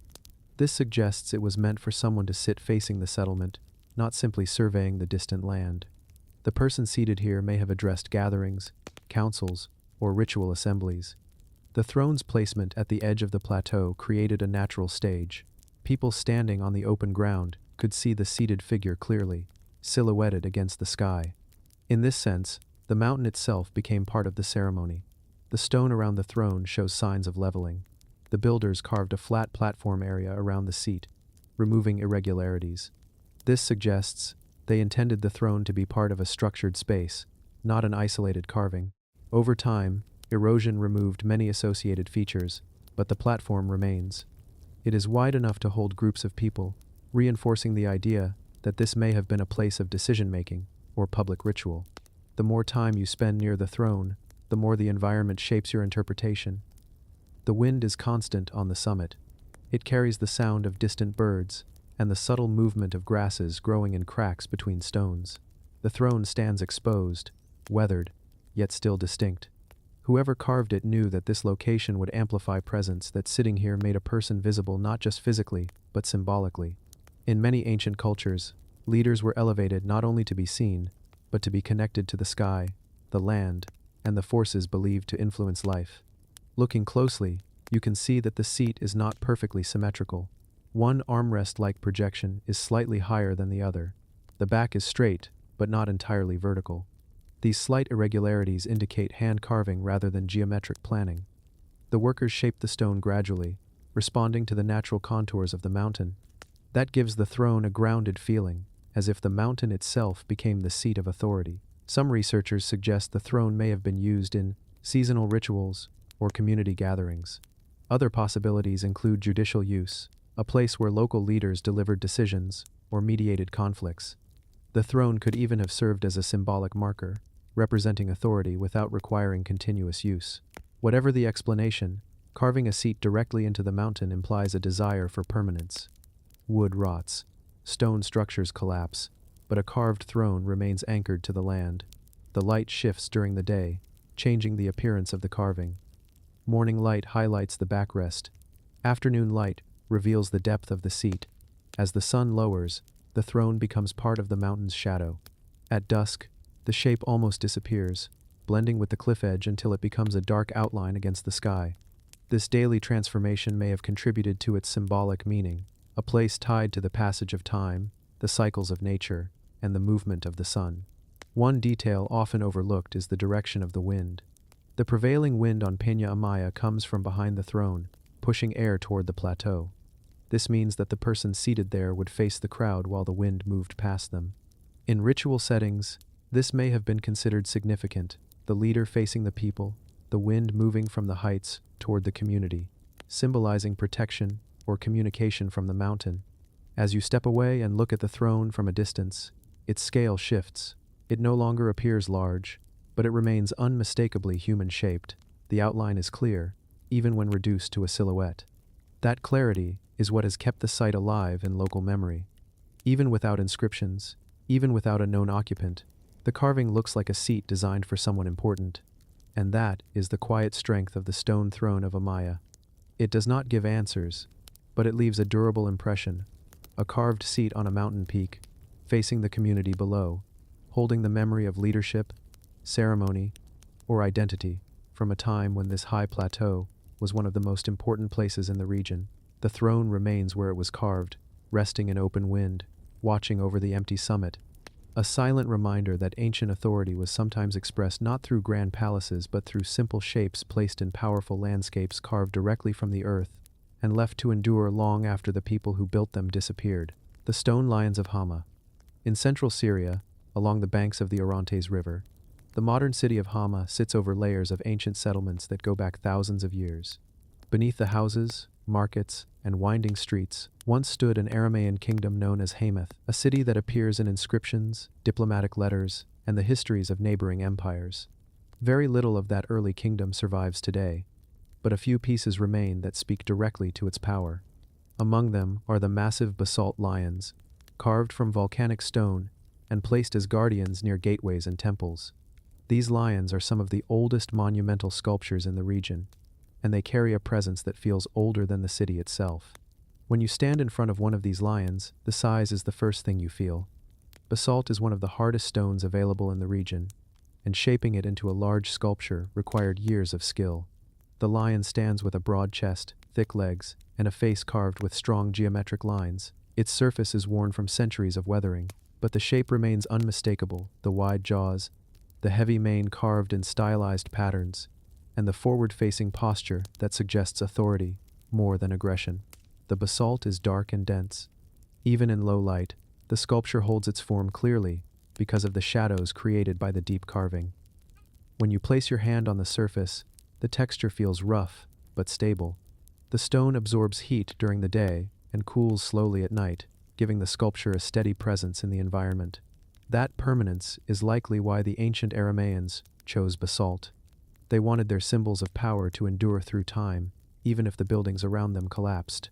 Archaeologists believe the lions once stood at the entrance to a major temple or palace complex. Their position was not decorative. They marked a threshold, a place where ordinary movement ended and sacred or political authority began. In the ancient Near East, lions often symbolized kingship, protection, and divine approval. Carving them from basalt added another meaning: endurance. When people approached the entrance, the lions were the first figures they saw, and their presence set the tone for what lay beyond. As you walk around the sculpture, the craftsmanship becomes more apparent. The legs are carved close to the body, giving the structure strength. The body is solid, with no deep undercutting that could make the stone fragile. The head is larger than natural proportion, a deliberate artistic choice that draws attention to the lion's gaze. The mouth is slightly open, not in a roar but in a fixed expression meant to convey presence. Everything about the carving suggests a blend of symbolism and practical engineering. These lions belong to the Aramaean kingdom that flourished in Hama during the first millennium BCE. The kings of Hamath appear in Assyrian records as leaders who negotiated, fought, and sometimes resisted the major powers of their time. The sculptures reflect that political environment. They are not playful or decorative pieces. They show a kingdom asserting its identity in a landscape dominated by empires. Many of the Aramaean structures in Hama did not survive the long history of earthquakes, conflicts, and rebuilding. The city was destroyed more than once and rebuilt in different forms. Yet the basalt lions endured because the stone is nearly indestructible. Over time, they became detached from their original architectural context. Some were found buried under collapsed ruins. Others were relocated for protection. Today, they stand in museums or designated areas where visitors can study the details up close. When you look closely at the lion's head, the carving style reveals how the Aramaeans blended regional influences. The eyes are almond-shaped, similar to those found in Syrian and Anatolian art. The mane is carved in layered ridges that reflect local artistic traditions rather than naturalistic representation. The body proportions are simplified but powerful, emphasizing stability. The sculptors were not trying to mimic real animals. They were shaping symbols of strength. The more time you spend near the lions, the more they communicate through their posture rather than fine detail. Their weight, stance, and direction show that they were meant to face outward, confronting whoever approached the entrance. They were gatekeepers, not in a literal sense, but in a ceremonial one. Passing between them marked entry into a controlled space. In societies where authority was expressed through sacred architecture, statues like these played a crucial role in shaping how people experienced the city's center. Walking around them slowly, you can imagine the original setting. The lions stood on a raised platform, flanking a doorway. The stone steps worn by generations of visitors. Behind them, a palace or temple rose, with walls covered in inscriptions or colored plaster. The smell of incense or offerings lingered in the air. Officials, priests, envoys, and ordinary residents passed between the lions as part of daily life. Even without knowing the individuals who carved them, you can see the ambition behind their work. Hama sits in a fertile valley along a river that shaped ancient trade routes. Caravans, diplomats, and travelers moved through the region constantly. The lions would have been seen by people from many different cultures. That visibility made them statements of power. They were not just protecting a building, they were presenting the kingdom to the outside world. The basalt itself came from volcanic fields in northern Syria. Transporting large blocks required logistical planning, teams of workers, and a clear purpose. Heavy stones like these were not carved on a whim. They were commissioned by rulers who wanted to anchor their authority in the landscape. The sculptures are the physical record of those decisions. Even in weathered condition, the lions still have presence. Time softened their details, but the original intention remains visible.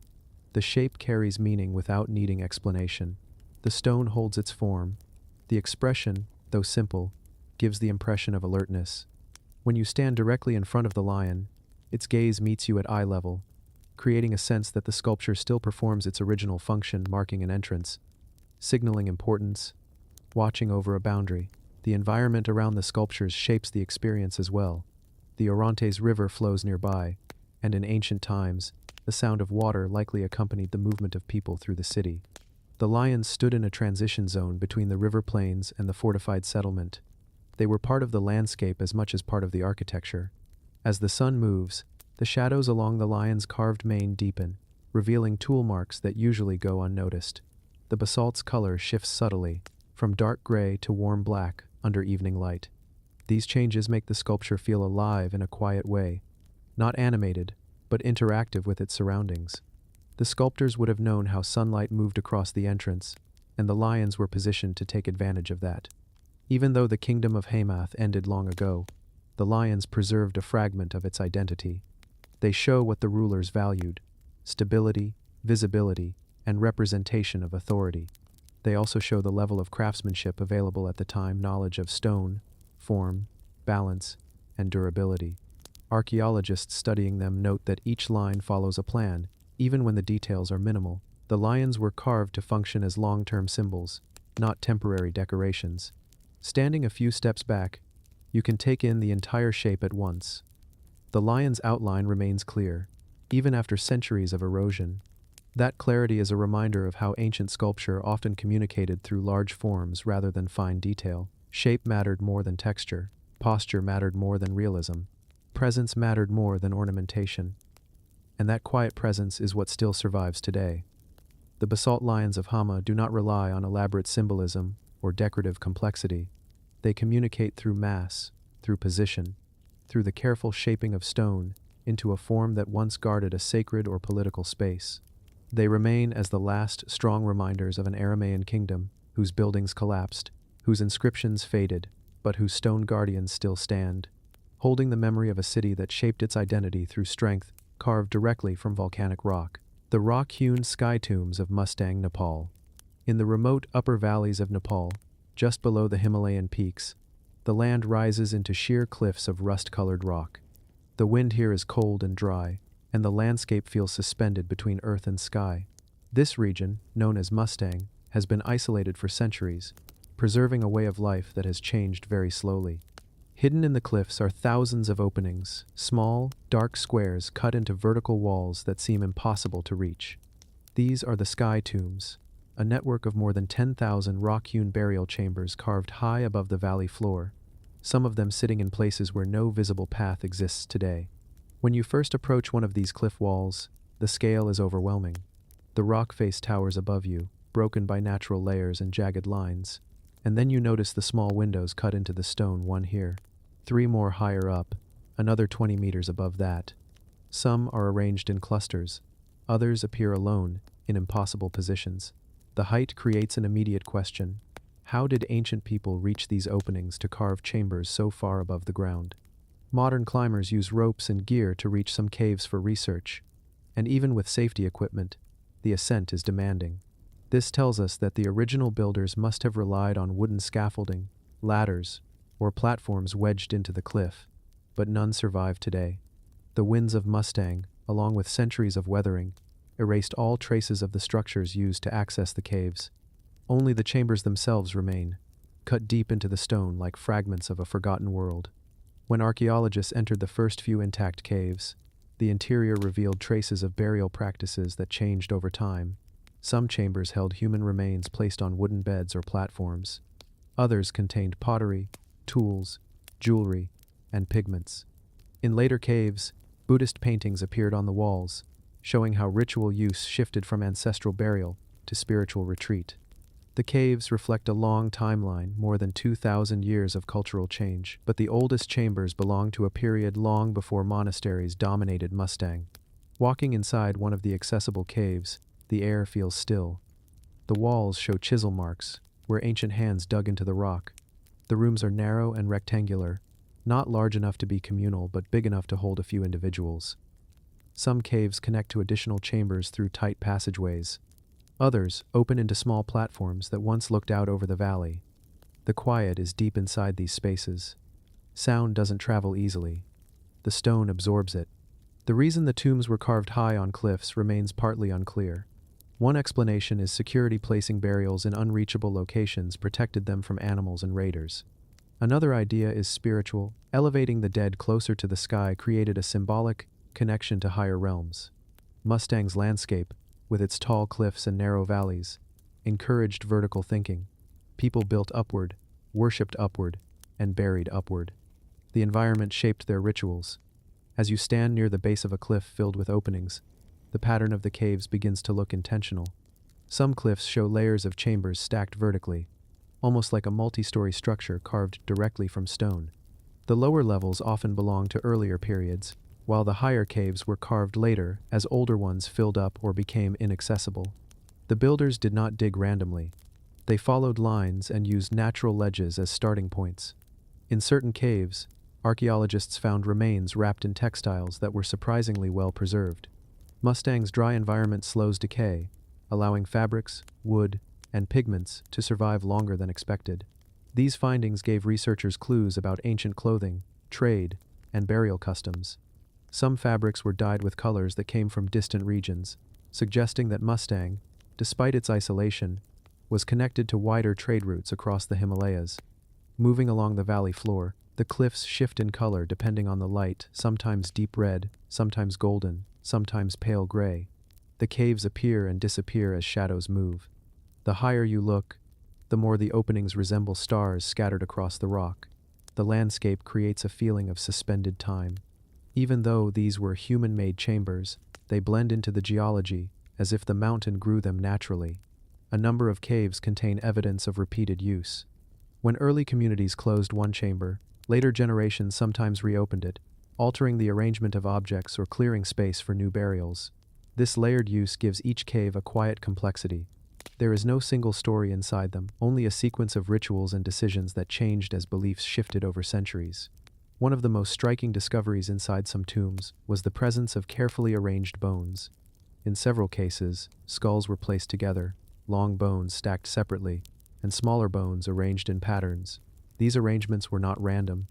They reflected a ritual understanding of the human body and the passage from life to death. The caves served not only as final resting places, but as controlled environments where death was organized in a meaningful way. Climbing toward one of the mid-level caves, researchers described how the wind becomes stronger the higher you go. The sound of the valley fades, and the only noise is the wind hitting the rock. Standing at the entrance, you see the entire landscape spread out below the river, the terraced fields, the scattered houses, and the long, barren ridges stretching toward Tibet. From this vantage point, the purpose of choosing such locations becomes easier to understand. The height creates separation. It creates distance. It creates a sense of ceremony. Inside, the rooms feel protected. The ceiling is low.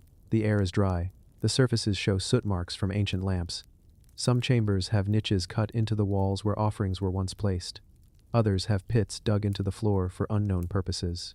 The more you walk through these spaces, the more they feel like self-contained worlds, interior landscapes carved into the cliffs to hold memory. The sky tombs also reveal how ancient Mustang communities adapted to the harsh terrain. Carving into vertical rock requires coordinated work. These people understood the structure of the cliff, the direction of the stone's grain, and the strength of their tools. The technique wasn't fast. It required repeated effort over weeks or months. Yet thousands of caves were made this way. The scale of the work shows that the practice was central to their identity. Today, many caves are empty, their contents moved for study or lost over time.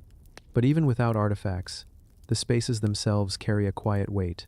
The walls are worn smooth in places where people touch them repeatedly. The entrances show signs of enlargement, suggesting they were opened more than once. These traces preserve the human presence even after the original purpose has faded. As the sun lowers, the cliffs take on deeper colors. The openings darken, becoming black squares against the rock. The landscape becomes more dramatic in the evening light, and the tombs feel older and more distant.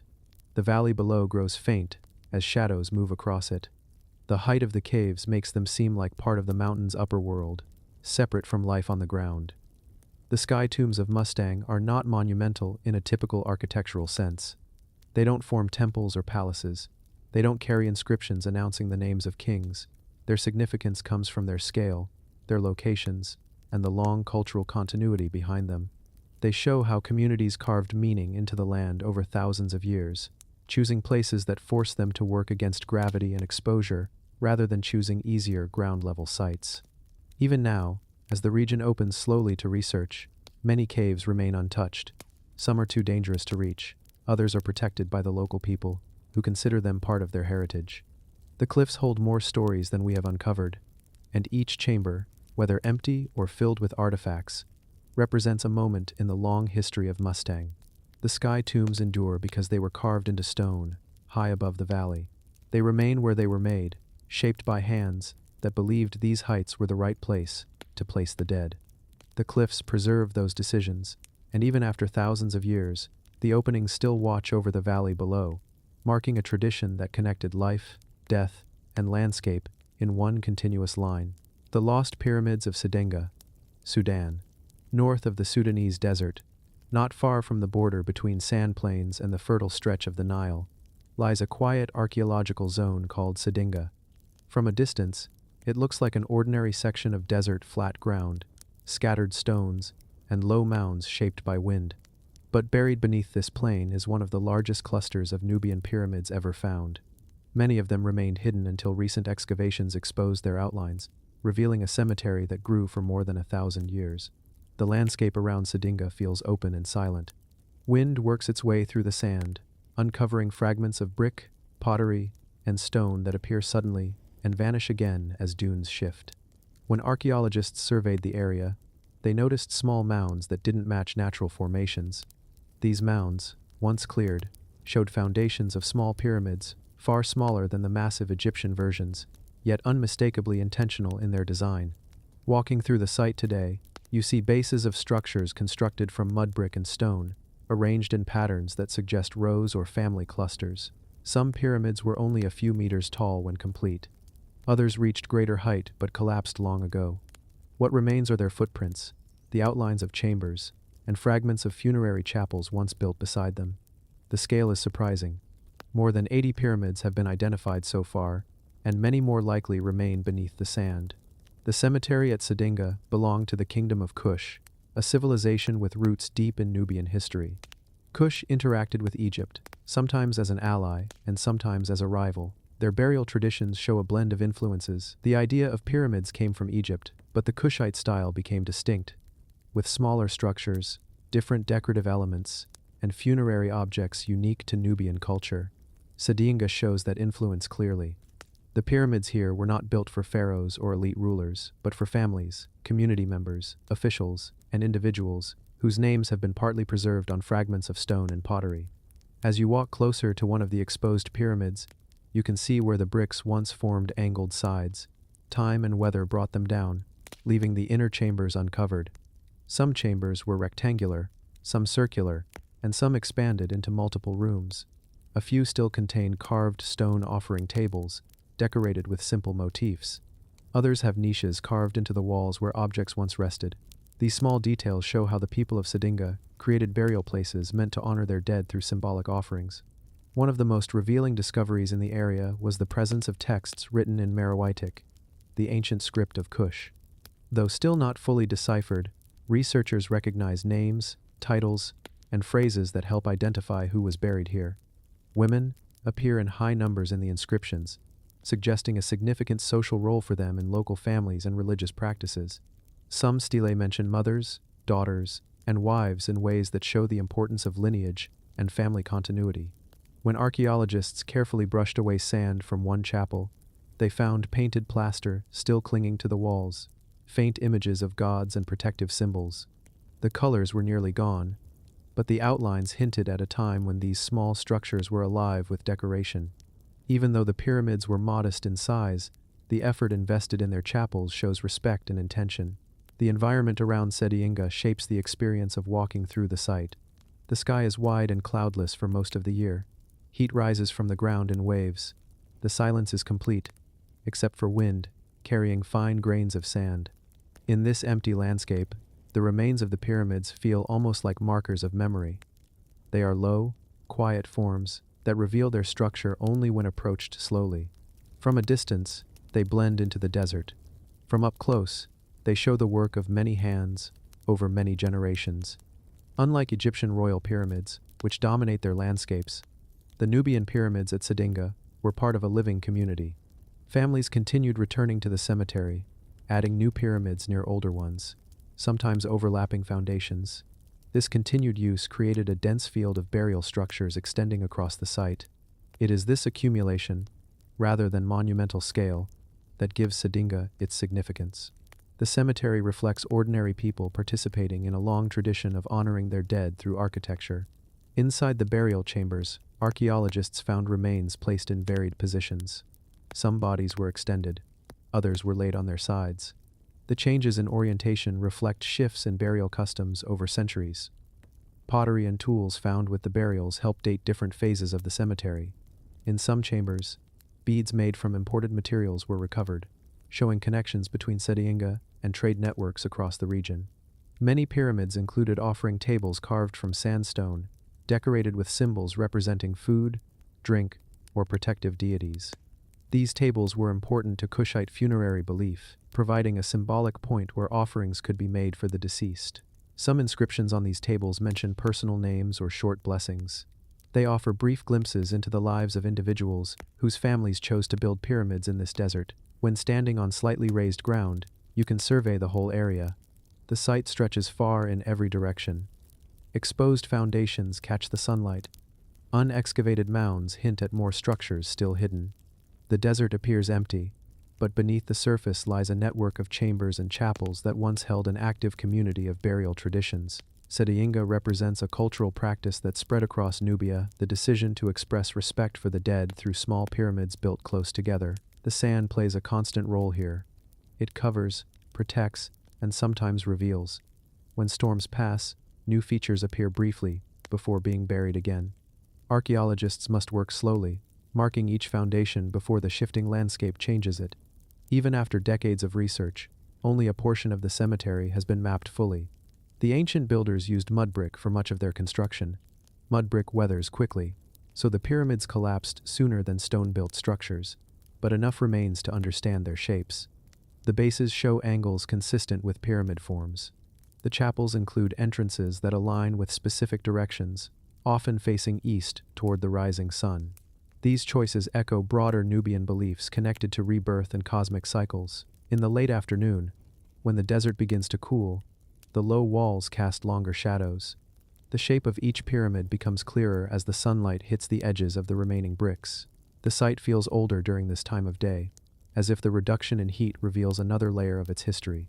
The wind softens, carrying only the faint sounds of the desert insects that emerge in cooler temperatures. Sedinga's importance comes from its scale and longevity. This cemetery grew over centuries, with each generation maintaining continuity. Even though many structures are small, their number reflects a widespread practice. Each pyramid marks a personal story, someone buried carefully by relatives, someone remembered through offerings, someone connected to a lineage continuing through time. Today, the site is quiet. Most of the pyramids lie flattened, their outlines visible only to those who look closely. Yet the foundations hold their shape, and the remaining chapels preserve fragments of inscriptions. The desert protects these remains by covering them, and at the same time, erases them slowly. But enough survives to understand that Sedinga was not an isolated site. It was a major cemetery for the Kushite world, showing how community, architecture, and belief were woven together. The lost pyramids of Sedinga do not display grandeur through height or scale. Their significance lies in the collective effort of many generations who built them. They reveal a tradition where memory was anchored in the landscape through small, durable structures. Each pyramid is a trace of someone who lived, died, and was honored with care. And together, they form one of the largest ancestral landscapes of ancient Nubia, a quiet field of pyramids beneath the desert, holding the long story of a kingdom shaped by sand, river, and time. The 300-ton megaliths of Arwad Island, Syria, off the coast of Syria in the eastern Mediterranean, sits a small island called Arwad. It is less than a kilometer long, ringed by stone walls, fishing boats, and narrow streets that trace patterns built over many generations. Today, Arwad is densely populated, but beneath the modern houses and along the waterline are are traces of a far older past, one that belonged to some of the earliest seafaring cultures in this region. Among these traces are enormous stone blocks, some weighing over 300 tons, forming parts of ancient harbor walls that remain partly submerged. Their scale and placement raise questions that archaeology is still trying to understand. Approaching Arwad by boat, you see the modern seawall first, built from smaller stones and reinforced with concrete.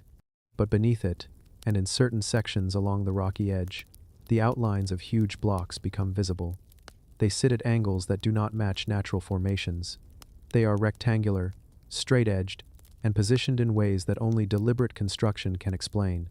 The closer you get, the more you notice how large they actually are.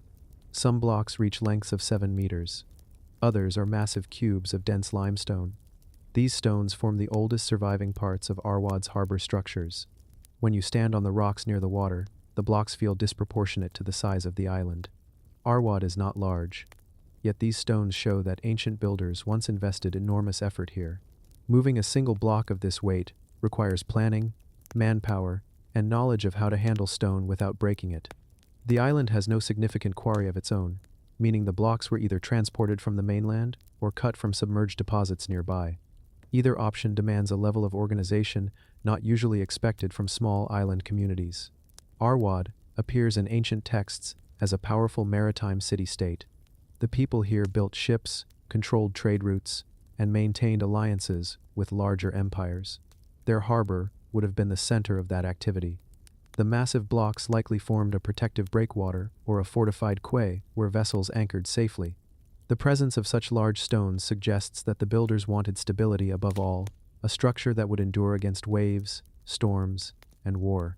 Walking along the coastline, you see only fragments of the original construction. Many blocks lie partly submerged, placed in rows or clusters. Some appear to have shifted over centuries, settling unevenly as the sea eroded the foundation. Other stones remain locked tightly against each other, forming straight lines that indicate the original wall's direction. These hints allow archaeologists to reconstruct what the harbor may have looked like. A large, solid structure, projecting into the sea, designed to protect ships and goods. The blocks themselves show minimal tool marks. Their surfaces are weathered by salt water and time, but the edges remain surprisingly straight. This suggests careful shaping, using techniques that removed large quantities of stone efficiently.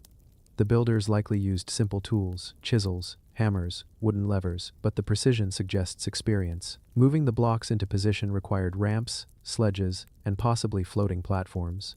The work would have involved dozens, perhaps hundreds, of laborers coordinating at each stage. Standing above the water and looking down through the clear shallows, the underwater stones appear like a shadow of the island's former power.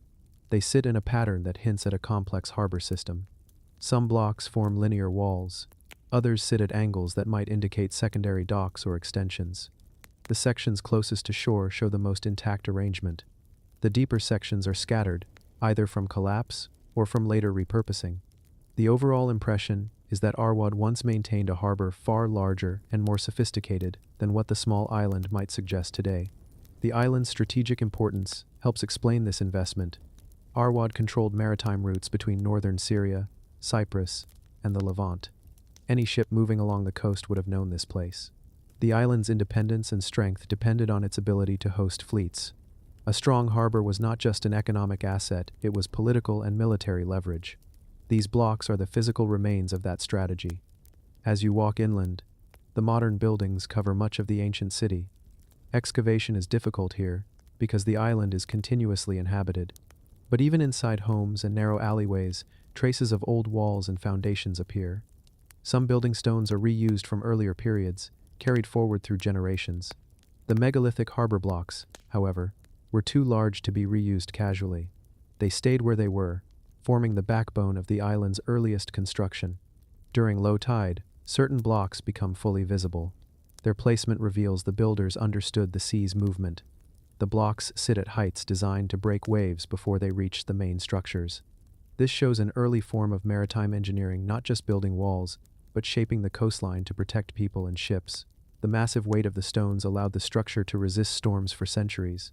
When you step back and view the coastline as a whole, the sections of the ancient harbor blend with the natural rock formations.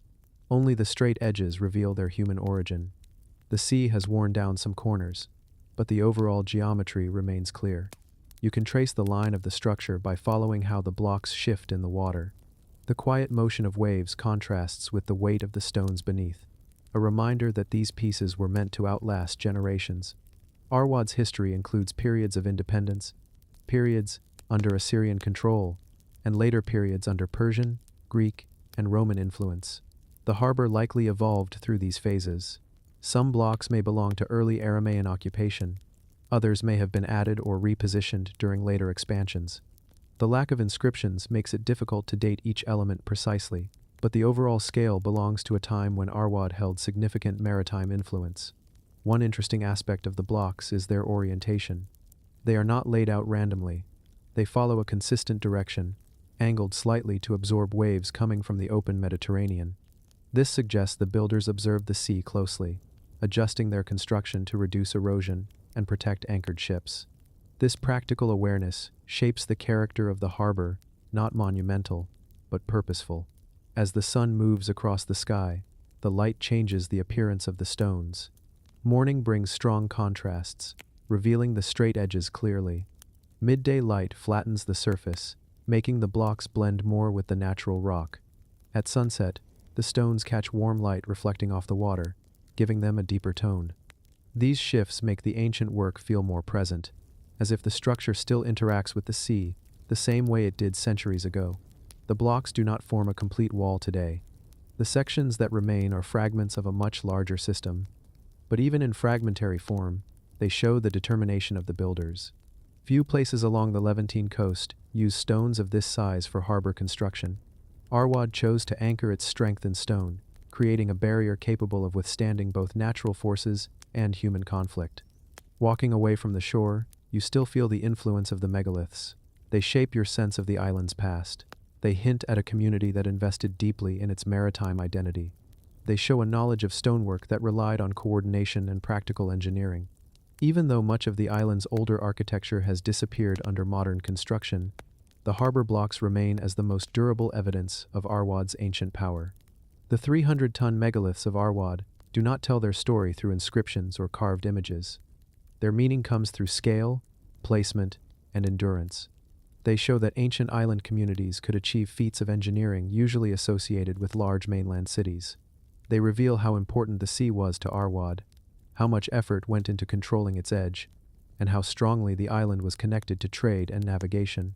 Even after centuries of storms, erosion, and human change, these stones still mark the coastline, still serve as the foundation of the island's identity, and still invite questions about the people who shaped them. They remain anchored where they were set, holding the memory of a harbor that once welcomed ships from across the Mediterranean and stood at the center of an ancient, maritime world. The lidar-lost city of Aguada Phoenix, Mexico. In the lowlands of southern Mexico, where the terrain spreads out in quiet fields and patches of forest, there is a landscape that looks ordinary from the ground. The vegetation is not dense, the slopes are gentle. Nothing in the scenery suggests buried structures or ancient cities. For years, archaeologists surveyed this region on foot and saw little more than scattered pottery and faint ground disturbances.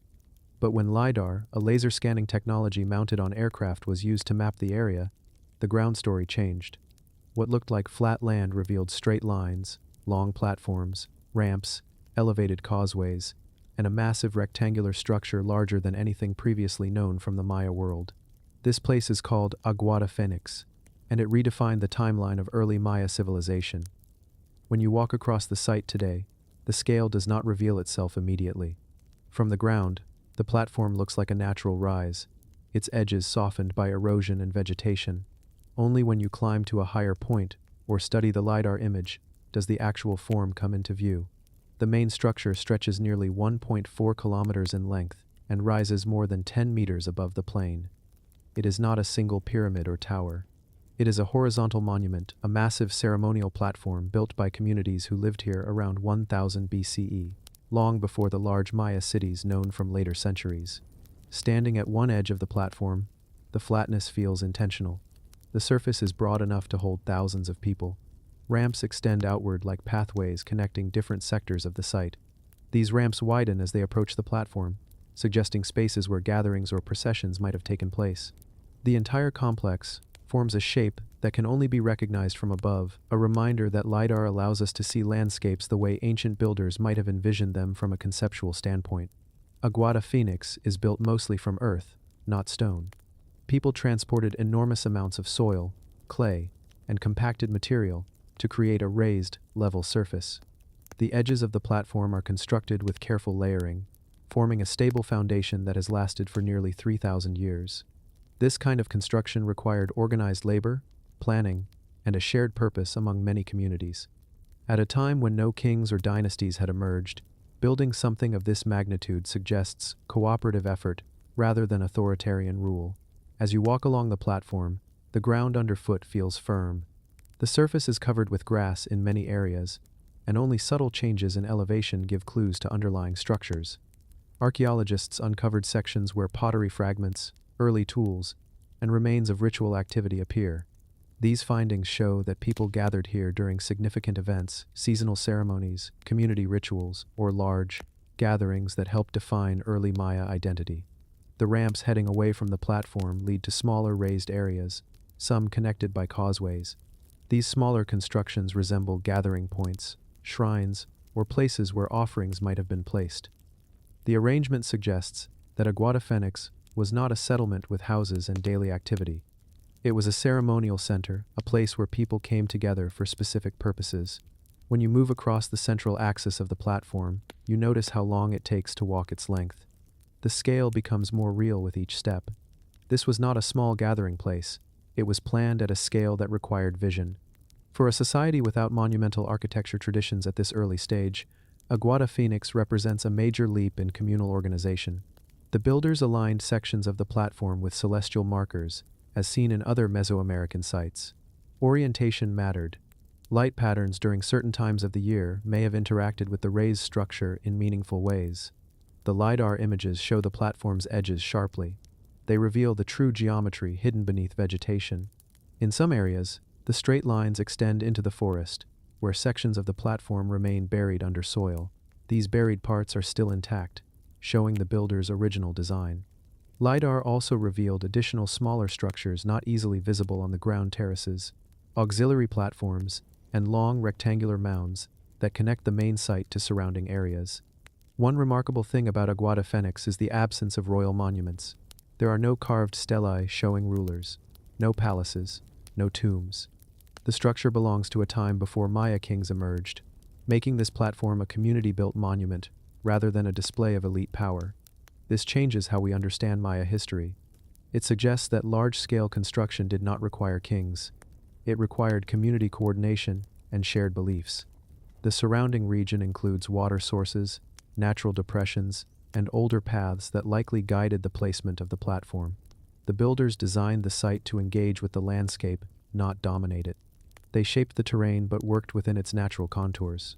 This is reflected in the platform's slightly uneven edges, which adjust to minor slopes without breaking the overall design. Walking around the periphery, you notice how subtle the site is until someone explains its scale. Even standing on top of the platform, the height does not feel imposing. The monument expresses presence through horizontal spread rather than vertical rise. This horizontal emphasis is unusual for Mesoamerican architecture and reflects early stages of cultural development before pyramids became the dominant form.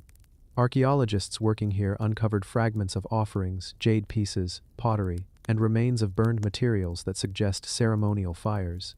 These small details provide glimpses into the rituals that took place. The lack of grand decoration means interpretation depends heavily on context. But the pattern is clear. This was a place of community gathering, where people marked seasons, conducted rituals, and reinforced social bonds.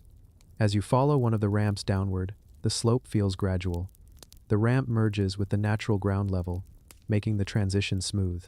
This design allowed large groups of people to move easily between the platform and the surrounding landscape. The scaling of the ramp suggests the builders anticipated crowd movement. The site was built not just to be seen, but to be used actively. The deeper sections of the platform reveal layers of compacted earth placed carefully. Each layer was leveled before the next one was added. This method prevented erosion and allowed the structure to remain stable for centuries. The builders understood how soil behaves under weight, showing practical engineering knowledge developed long before written records document such skills. When the sun sets over Aguada Phoenix, the platform casts long shadows. The edges become clearer, and the outline emerges more visibly from the ground. The horizon glows behind the surrounding hills, and the platform feels like a deliberate shape placed into the land. Even though you cannot see its full form from the ground, you sense how the structure reflects intention rather than natural formation. The importance of Aguada Phoenix lies not in elaborate architecture, but in the scale of human effort. This was a project built by communities without centralized authority, at a time when people were transitioning from mobile life to settled life. They marked that transition with a shared monument, one that reflected cooperation rather than hierarchy. LiDAR changed the way researchers understood the site. Before the scans, the platform was barely noticeable. After the scans, it became clear that the structure is one of the largest human-made constructions of its time, anywhere in the Americas. It expands our understanding of early Mesoamerican society by showing that monumental architecture emerged earlier and more collectively than previously believed. Aguada Phoenix remains quiet today. Farmers work in nearby fields. Birds cross the open sky. The ground holds its shape beneath the grass, unchanged except for the fading of edges. But underneath that quiet appearance lies one of the most significant ceremonial structures ever constructed in the Maya world, a monument hidden in plain sight for centuries, rediscovered only when technology revealed what the human eye could not. The 6,000-year-old giant granite menhir of Curloas, France. In the far northwest of France, in the region of Brittany, where the Atlantic winds sweep across open fields and low villages, there stands a single granite stone that rises higher than anything around it. It is known as the Menhir of Curloas, one of the tallest ancient standing stones in Europe. When you approach it, the first impression is its scale. The stone lifts nearly 10 meters above the ground, and even that is only a portion of its full size. A large section remains buried to anchor the structure. The menhir has stood here for almost 6,000 years. It predates written history in the region. It predates metal tools. It may even predate many of the earliest agricultural communities that spread across Western Europe. The landscape around Curloas is quiet. Rolling fields stretch outward, broken only by hedges, small farms, and distant views of the Breton Hills. The menhir appears suddenly as you walk toward it, a tall, narrow shape rising from the earth, weathered by millennia of wind and rain. Its surface is rough, marked by natural fractures and softened edges, but the overall form is unmistakable. The stone tapers gently toward the top, giving it a balanced appearance despite its height. Standing at the base, you feel the weight of time more than the weight of the stone. This menhir was placed here long before the pyramids were built in Egypt, long before Stonehenge took shape, long before any known kingdoms existed in Western Europe. It represents a period when small communities marked their landscapes with standing stones, often in places that held symbolic significance, boundaries, gathering points, or areas associated with rituals. The exact purpose remains uncertain, but the effort required shows that it mattered deeply to the people who built it. The Curloas menhir is made from granite, a material abundant in Brittany but incredibly difficult to shape or move using Neolithic tools. Granite fractures unpredictably and wears down stone tools quickly. Quarrying a block of this size would not have been done casually. The builders likely selected a natural boulder shaped by geological processes and then transported it several kilometers using ropes, log rollers, and manpower. This process required coordination among dozens of people, perhaps even multiple villages. There are no carved inscriptions on the stone, no images, no symbols that reveal its meaning. The surface is natural except for two shallow protrusions about halfway up the stone, small bumps known locally as male and female swellings. According to later folklore, couples would touch these bumps for blessings on fertility or partnership. Whether these features existed in ancient times or developed through erosion is uncertain, but the folklore shows how the stone remained part of local belief long after its builders disappeared. The height of the menhir makes you look upward, constantly. Its top is slightly rounded, shaped by erosion. The stone narrows as it rises, giving it a kind of vertical elegance despite its simplicity. When you walk around it, the shape remains consistent from all sides, suggesting the builders oriented it carefully. The base widens slightly, giving the stone stability against Brittany's strong winds. The buried portion, estimated to be a few meters deep, keeps the menhir upright without additional support. Walking a few steps back, you notice how the stone interacts with the landscape. In clear weather, the menhir stands against the sky like a solitary marker. In mist, it appears almost suddenly out of the haze. At sunrise or sunset, the long shadow stretches across the field, creating a natural alignment that may have been part of its original purpose. Many menhirs in Brittany are aligned with celestial events or landscape features. The Kurlowa's menhir's placement suggests it may have served as a marker for seasonal changes or communal gatherings. Archaeologists studying the menhir note that Brittany once had thousands of standing stones. Some formed alignments, others formed circles. Many were part of burial complexes, but the Kurlowa's stone is unique in its height and solitary position. Its scale indicates that the builders wanted to create a landmark visible from far distances. For early farming communities, landmarks like this could serve multiple functions, signaling territory, guiding movement, marking ritual sites, or connecting the land with beliefs about ancestors or natural forces. As you stand closer, the stone's surface reveals decades of weathering patterns. Moss grows in patches along one side. Fine cracks run vertically, shaped by temperature changes. The granite color shifts from gray to light pink depending on the light. Even though the stone has no carvings, these natural features give it a character shaped slowly over time. The menhir has stood through centuries of storms, seasonal changes, and human history unfolding around it. The surrounding area shows subtle signs of ancient activity. Slight depressions in the soil indicate where smaller stones may once have stood.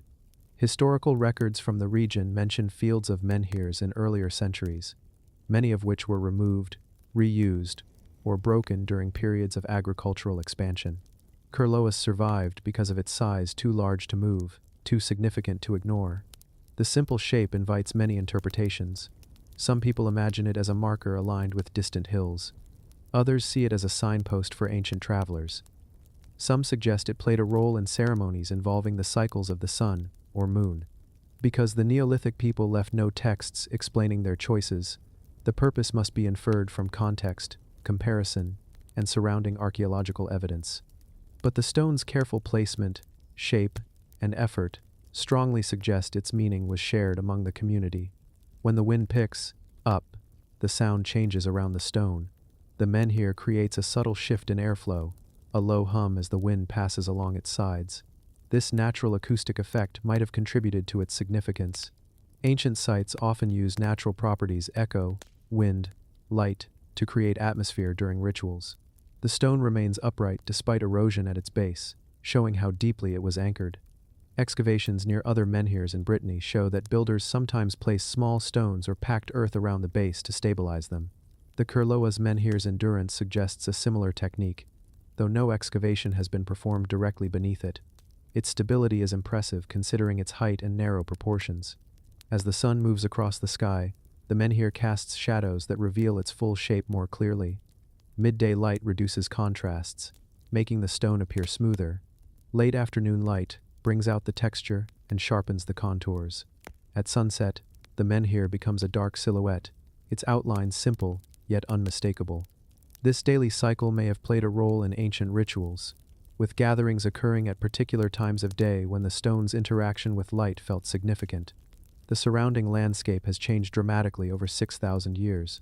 Forests grew and retreated, villages rose and fell. Empires passed over Europe, but the stone remained in place, untouched by shifting borders or historical events. Humans adapted to new ways of living, while the menhir stayed anchored in the ground as a consistent point in the landscape. Visitors today often stand quietly beside the stone. There isn't much to interpret visually. There are no carvings to analyze or inscriptions to read. The meaning comes from the stone's scale, age, and presence. It represents a commitment to place a decision by ancient communities to mark their land in a long-lasting way. It reminds us that even early societies had the capacity to organize, to plan, and to create structures meant to endure. The menhir of Kurlowas is one of the oldest surviving pieces of monumental architecture in Western Europe. It holds the memory of a time before cities, before written records, before centralized authority. It shows that ancient people used simple means to shape their environment into something meaningful, something visible across generations. Even after thousands of years, the stone remains upright, its presence undiminished. It stands in open air, exposed to storms and calm days alike, holding the long silence of a vanished culture, not as a puzzle, not as a monument to power, but as a marker of human intention, carved into the landscape, a single granite pillar that has watched over Brittany longer than any surviving structure in the region, the sunken temple of Bhimran Stupa, Afghanistan. On the plains near the city of Jalalabad in eastern Afghanistan, the landscape appears quiet, a mixture of fields, low hills, and dry riverbeds stretching toward the mountains. Today the area feels distant from the ancient world, but 2,000 years ago, it sat along one of the most important cultural crossroads in Asia. Traders, monks, artisans, and travelers once passed through this region along routes that connected India to Central Asia and the Mediterranean. Buried beneath the soil of this landscape was a Buddhist complex known as the Bhimran Stupa, a structure that held a remarkable treasure, a set of small gold reliquaries, crafted with precision and decorated with scenes that blend several traditions into one object. When the site was excavated in the 1,832, the stupa stood as a mound of earth overgrown with vegetation. It didn't appear impressive at first glance. The outer structure had collapsed, and the entrance had long been sealed by soil and debris. But beneath this ruin lay a chamber that still held the remains of ancient rituals, a set of carefully arranged objects placed there for spiritual preservation. Among them was the Bhimran casket, a small but extraordinary gold reliquary. The chamber also contained fragments of bone, beads, and offerings that formed part of a Buddhist dedication. Standing near the stupa's footprint today, the ground looks ordinary, but the presence of the reliquaries adds depth to the site's history. The Bhimran casket is detailed in a way that doesn't match the simplicity of the mound above it. The gold container was crafted with delicate repoussé work, showing human figures in calm, almost serene poses. These figures include the Buddha flanked by attendants, along with symbols associated with both Indian and Central Asian religious art. The blending of traditions reflects the diversity of the region at the time. Greek, Persian, Indian, and local influences all met here. The stupa itself was built in layers. Ancient builders created a central chamber, placed the relics inside, then covered it with stone and earth. The mound that rose above the chamber once formed a dome-like structure, a place where monks and visitors would walk around in a slow ritual path known as circumambulation.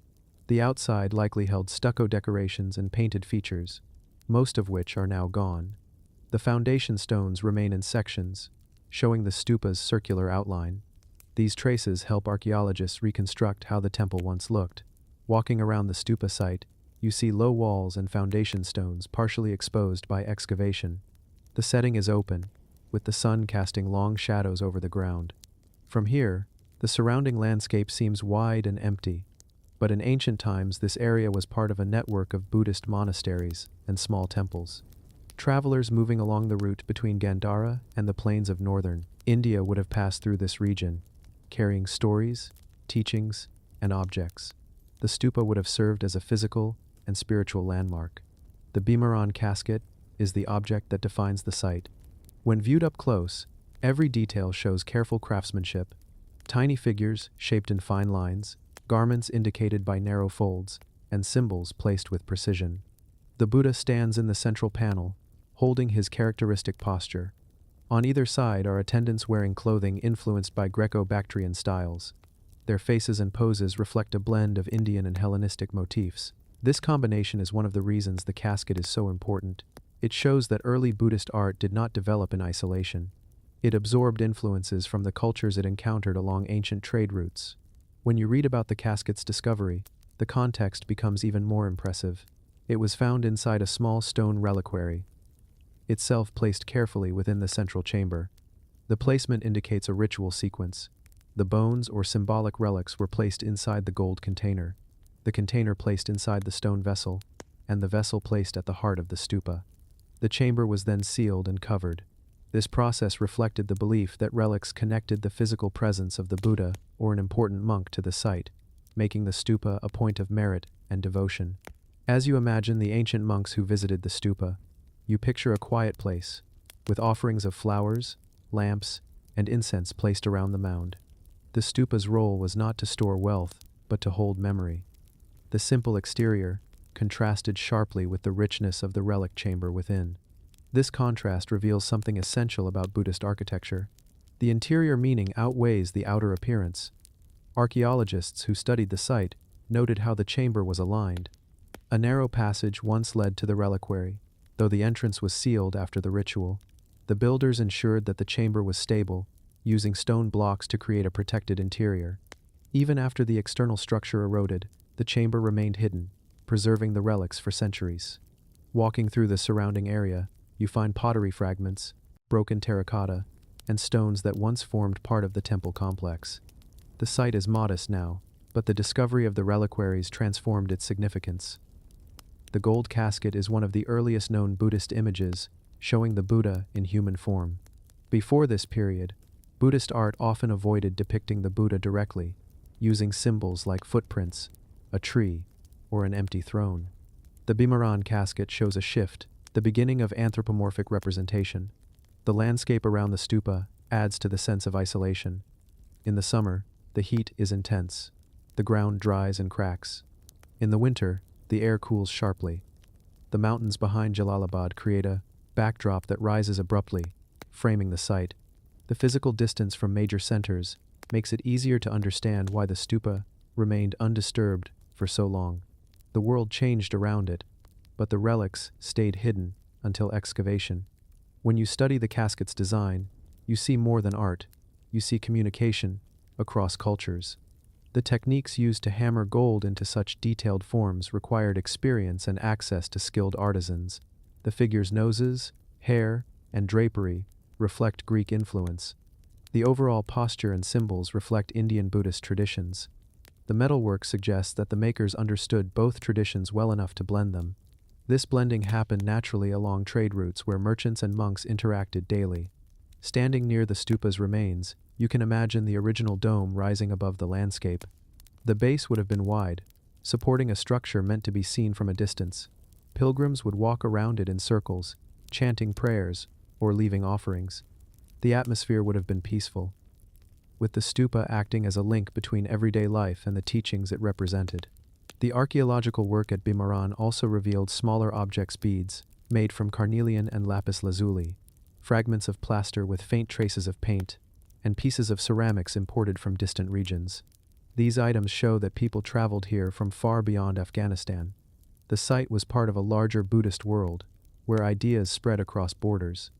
As you walk the perimeter, the wind picks up the loose soil and carries it across the site.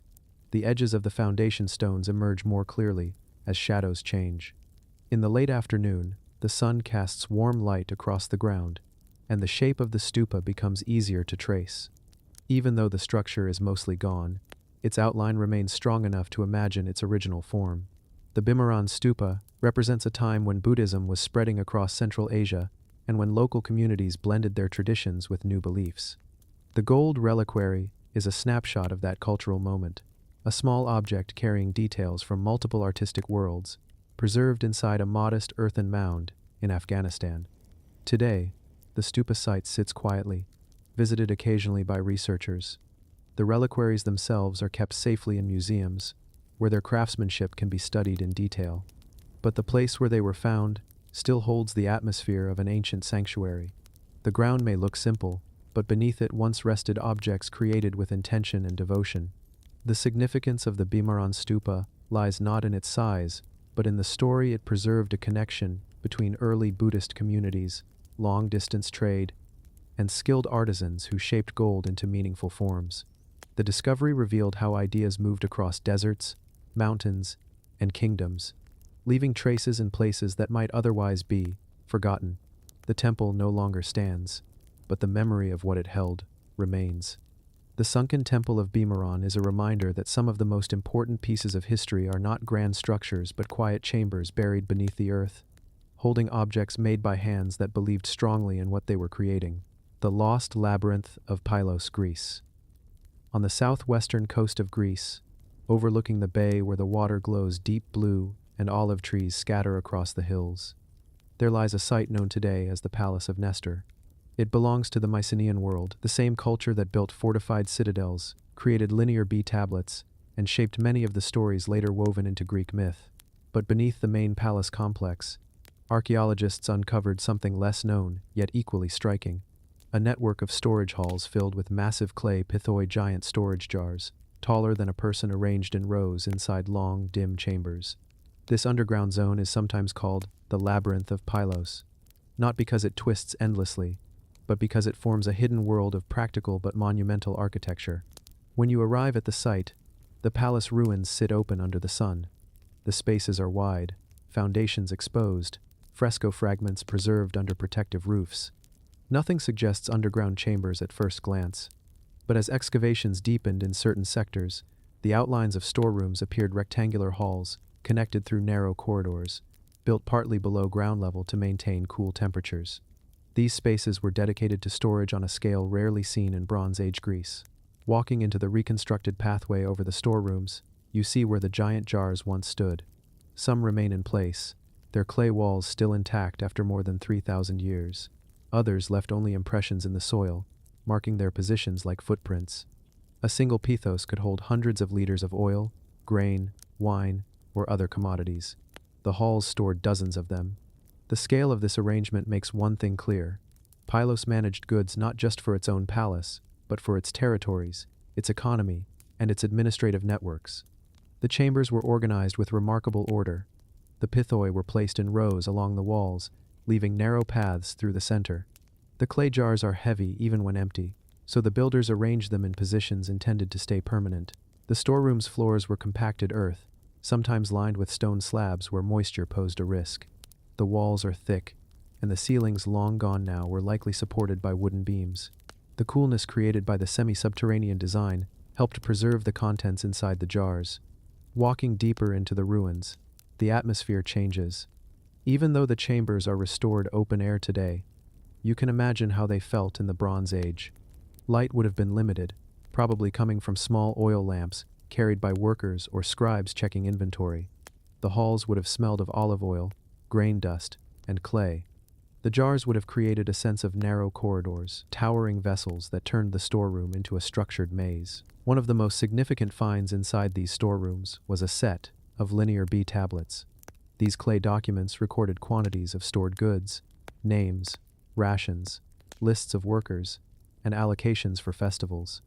They show that the storerooms were part of a bureaucratic system. Scribes tracked everything: wine for ceremonies, oil for offerings, grain for the palace workers, spices for elite consumption. The tablets even recorded the movement of livestock and textiles. This administrative presence shows that the labyrinth of storerooms was the economic center of Pylos, quietly running the palace's daily life. The layout of the storage complex reveals how Mycenaean architects planned the palace. The storerooms sit adjacent to ceremonial areas, but remain separated by thick walls. This separation limited public access.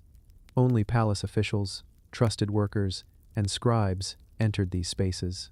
Their construction sunken floors, narrow entrances, and thick supporting walls helped regulate temperature and protected the stored goods from insects, heat, and humidity. As you stand next to one of the surviving jars, the scale becomes more real. Some jars are nearly 2 meters tall, with rims thick enough to withstand heavy lids. The clay bodies show fingerprints, ridges from the potter's hands, and shaping marks from paddles and ropes used during their construction. These vessels were not decorative. They were practical tools, built by skilled potters who understood the weight and pressure of storing heavy commodities inside them. The storerooms formed a complex that allowed the palace to act as a central distribution point. Goods came from surrounding villages and estates as taxes or tribute. They were recorded, stored, and redistributed during seasonal events or emergencies. The labyrinth-like corridors allowed staff to move between jars while keeping the inventory organized. Each corridor reveals planning, no space was wasted, and every jar had its place. One detail that catches attention is the fire destruction layer found in the storerooms. The palace was destroyed by fire around 1200 BCE, a period associated with the collapse of Bronze Age civilizations across the eastern Mediterranean. In Pylos, this fire hardened the linear B tablets, accidentally preserving them. It also left marks on some jars and turned others into fragments.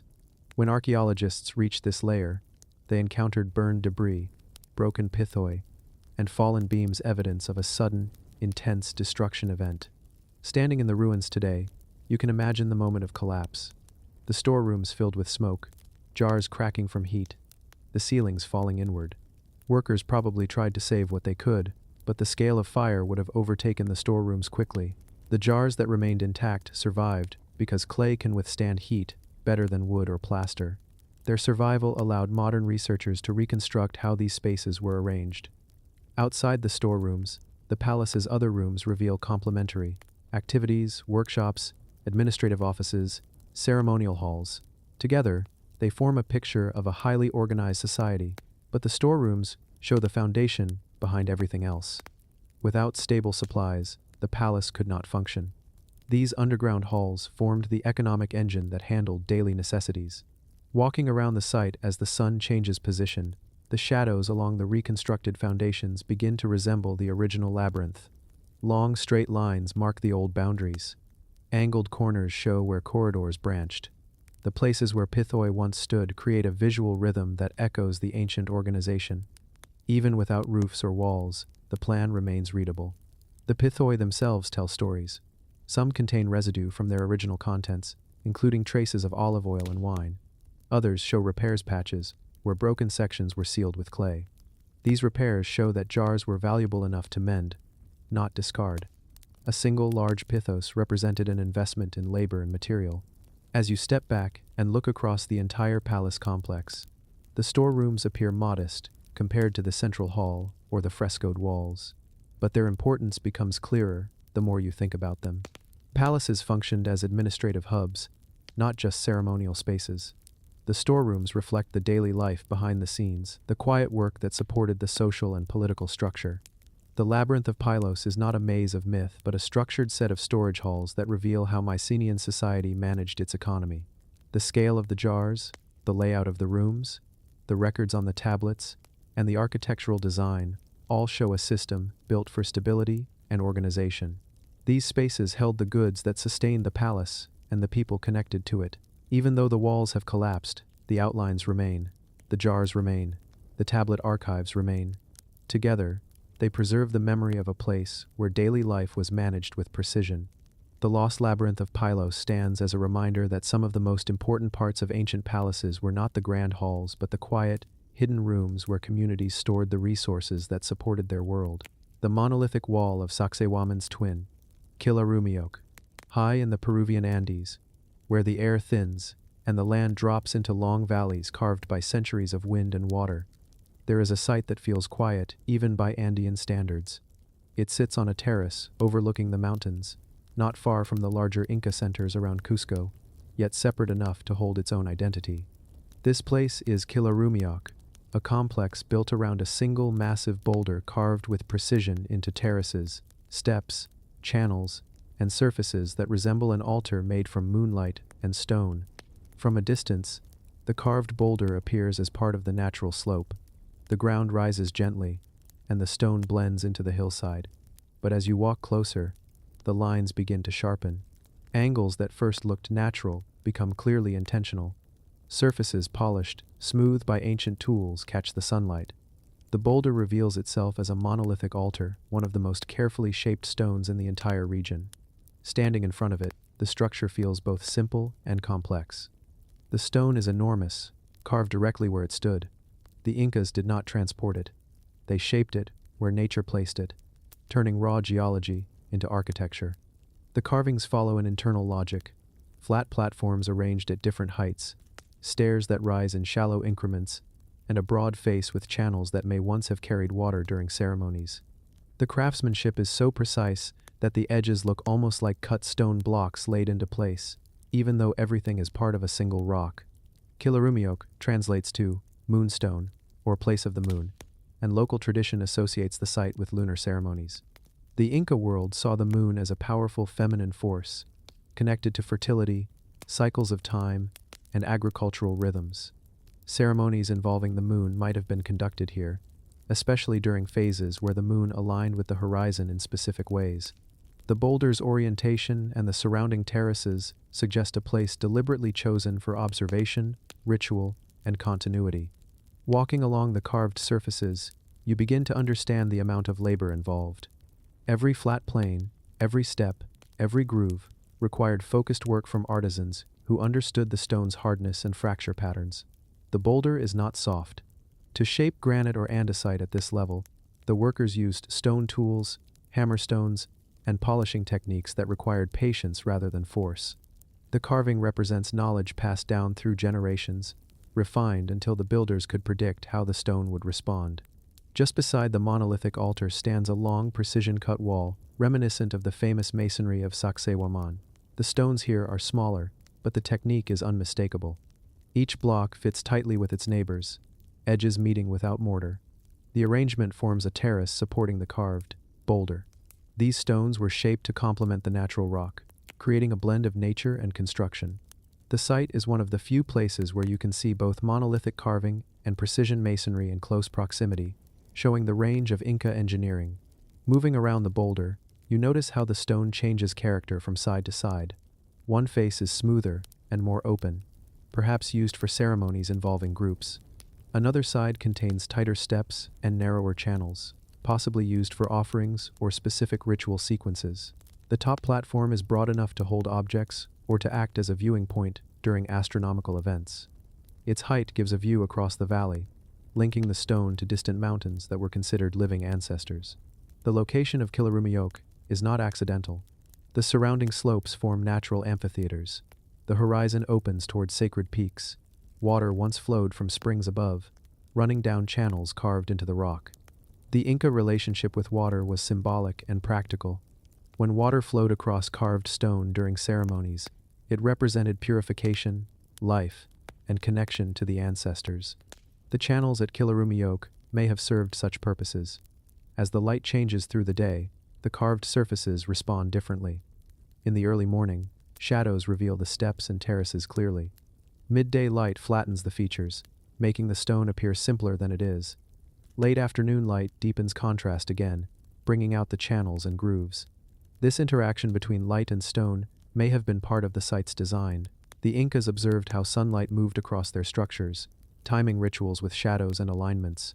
Walking a few meters away from the boulder, you reach the agricultural terraces that surround the site. These terraces are built with the same precision masonry seen in other Inca centers.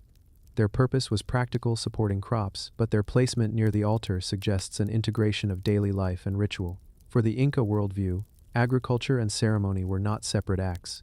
Nourishing the land required honoring the deities associated with it. Kilarumioke may have been one of the places where this connection was reinforced through ritual performance. In certain parts of the complex, smaller carved stones lie partially buried in grass. These may have been parts of additional structures, benches, or platforms. Some show early signs of wear, suggesting that people moved repeatedly across them. The site was active, not a one-time construction. Ceremonies likely took place here over many generations, adapting to changes in leadership and belief while preserving the site's essential purpose. The stone's size and shape hint at deeper symbolic meaning. Large boulders were often seen as huacas, living sacred beings in the Andean world. The Incas did not simply carve such stones for decoration. They believed these rocks held spiritual power. By shaping them, they connected the physical world with the spiritual one. The carving was not an act of domination but a dialogue with the stone itself. Standing on one of the terraces and looking down at the boulder, the design becomes clearer. The top platform acts like a focal point. The steps draw the eye upward. The channels align with the slope. The precision wall at the base anchors the site physically and symbolically. Everything flows together. This unity reflects the Inca principle of working with the landscape rather than against it. As you move further around the complex, the silence of the valley becomes more noticeable. Wind moves across the grass. Birds pass overhead. The distant mountains create a backdrop that has changed very little since the time of the Incas. The setting reinforces the idea that Kilarumioke was chosen for its quiet, its isolation, and its connection to natural cycles. Rituals performed here would have been framed by the sounds of the landscape. The boulder itself shows no signs of collapse or major cracking. The carving has softened over time through natural weathering, but the structure remains intact. Its endurance adds weight to the idea that this stone was not merely carved but entrusted with meaning. The people who shaped it expected it to endure long after they were gone. Today, the site does not receive crowds like Machu Picchu or Sacsayhuaman. It remains a quieter place, visited by those who know its significance, but its understated presence is part of its character. The stone doesn't demand attention. It holds its place with calm authority, much like the moon it is associated with. The monolithic wall and moonstone of Kilarumiok reveal a side of Inca architecture that is often overshadowed by larger monuments. Here, the emphasis is on subtlety, integration, and precision. The site is not about grandeur, but about connection. Connection to the land, to celestial cycles, and to the worldview that shaped the Inca Empire. Even after centuries of change, the carved boulder remains in place, anchored to the mountain slope. Its surfaces carry the marks of ancient hands and the passage of time. It stands as a reminder of a civilization that understood how to blend engineering, spirituality, and landscape into a single form, a stone shaped not just for ceremony, but for meaning. The Lion of Kea, Greece. On the Aegean island of Kea, not far from Athens, there is a quiet slope just above the old town of Iolida. The hillside looks ordinary at first glance: scrub bushes, scattered rocks, a winding footpath. But hidden within this landscape is one of the earliest and most enigmatic sculptures in the Greek world, a 20-foot-long stone lion, carved directly into the bedrock more than 2,500 years ago. Locals call it the Lion of Kea, and it has been watching over the valley for so long that it feels less like a sculpture and more like a guardian that grew naturally out of the hillside. When you approach it on foot, the lion doesn't reveal itself immediately. The path winds and rises gently, and the rock formations around it look like natural outcrops. But as you come closer, the shape begins to emerge, the long body stretched along the slope, the head raised slightly, and the carved snout that gives the sculpture its quiet expression. The lion's face is simple yet unmistakable. The eyes are shallow depressions. The mouth is cut with a few deep lines. The form is stylized, not realistic, but powerful in its simplicity. Standing beside it, you feel how large the sculpture truly is. The lion is carved from a single continuous mass of stone. It was not transported here. It was shaped exactly where the hillside allowed it to exist. The sculptors had to work with the natural form of the rock, smoothing some areas, removing material from others, and letting the geology dictate parts of the final shape. The result is a sculpture that feels inseparable from the land, strong, grounded, and anchored in place through centuries of weather. The dating of the Lion of Kea is not exact, but most scholars place it in the 6th century BCE, during the archaic period of Greek art. This was a time when Greeks were experimenting with monumental sculpture, creating kouroi, and stone guardians for sanctuaries. But the Lion of Kea is different from those stylized human figures. It is carved not as a freestanding sculpture, but as a relief-like form emerging from the hill. This technique connects it more with earlier traditions of rock-cut monuments found across the Mediterranean. As you walk around the lion, the wear from weather becomes visible. The stone surface is softened by centuries of rain and wind. The back slopes into the ground, creating a shape that seems almost organic. This weathering gives the sculpture a sense of age that few structures possess. It looks ancient because it is ancient, untouched by restoration, allowed to age naturally in the open air. The lion's expression often surprises visitors. It is not fierce, it is not snarling. Instead, it carries a calm, neutral look. The mouth is set in a quiet line. The eyes are simple and unaggressive. The posture is relaxed rather than threatening. This has led to many interpretations over the years. Some believe the lion was meant to serve as a protective symbol for the T island, representing strength and stability. Others associate it with local myths involving lions, nymphs, or the island's ancient tribes. Another theory connects the lion to funerary symbolism. Though the site is not known as a burial ground, the landscape around the lion is central to its meaning. The sculpture sits above the old capital of the island, facing the valley. From this vantage point, the lion overlooks the paths that lead toward the hinterland. This placement suggests an intentional role as a guardian figure. Someone approaching the old city would pass beneath its gaze. The lion was not placed in a sanctuary or behind temple walls. It was placed in the landscape itself, making the entire hillside a kind of sacred or symbolic setting. Walking along the length of the sculpture, you notice how the rock shifts in texture. Some areas were smoothed by ancient hands. Others were left rough, likely because the sculptors used the natural shape to suggest fur or movement. The legs are not fully carved. Instead, the lower part of the body blends into the slope.